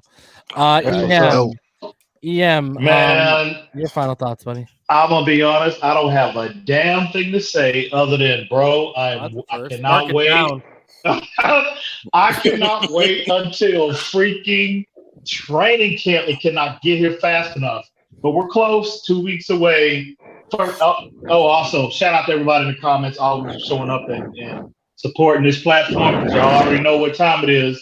Reason always brings that fire content, and salute to everybody on the panel and everything. But for sure, man, I just cannot wait. I just hadn't been this excited. I know I'll probably say it every year, I'm sure, but I really truly. It's different this year. It's different. Yeah, I can bet some money you didn't say that in 2019. Yeah, I know, right? Yeah, it's different. I agree 100%. I agree 100%, but I truly think this team is constructed to do some special things this year, and I cannot wait until training camp. I'm anxious, obviously, to like we talked about earlier about the coordinators, how creative they're going to be with this offensive weaponry that we have. Obviously, Tua Tagovailoa, we all know with everything surrounding him, we know what that entails, and can't wait to see this kid. Can't wait to see the improvement, the growth in him, and his second year. And it's a lot of players, not just him, but the O-line, Raekwon Davis, the defense as a whole. Xavien Howard's situation. Hopefully, they, cooler heads prevail. They come to some kind of agreement and I hope they come to a come to Jesus moment, and we can get him in camp and in house, and that way we can hit the ground running the first game, because we don't need it. Because the first 5 games are gonna be brutal. But at the end of the day, man, just can't wait to think training camp can't get here fast enough, and y'all already know what it is all day. Amen, EM, all day. Amen. Yep. So, guys, I will be back tomorrow night with Omar Kelly, and then I'll be back Wednesday. I'll be doing a top 5 show, and then I'll be back Friday, and then I'm going to be dropping the Raekwon Davis film study early for the Patreons and the members, and then I'll be dropping it to the public on Saturday, so it'll have the weekend to marinate with all of y'all. Can't wait for that one. And then next week we'll get going on the Xavien Howard. I'll look at all of 10 of his picks, and I'll even go ahead and I'll look at how Byron Jones impacted them. And in case you weren't here at the beginning, as far as the games this season, I'll be down for the Atlanta game, and now confirmed I'll be down for the Houston Texans game as well. So if you guys are around, if you guys want to meet up, let me know this year, and we'll set something up. Other than that, I will see you guys tomorrow night when I'm right back here with Omar Kelly, and it's Fins Up all day, every day, baby. Shout out to Omar, baby. Shout out to Omar Kelly. Shout out. Y'all be safe. Respect to Omar.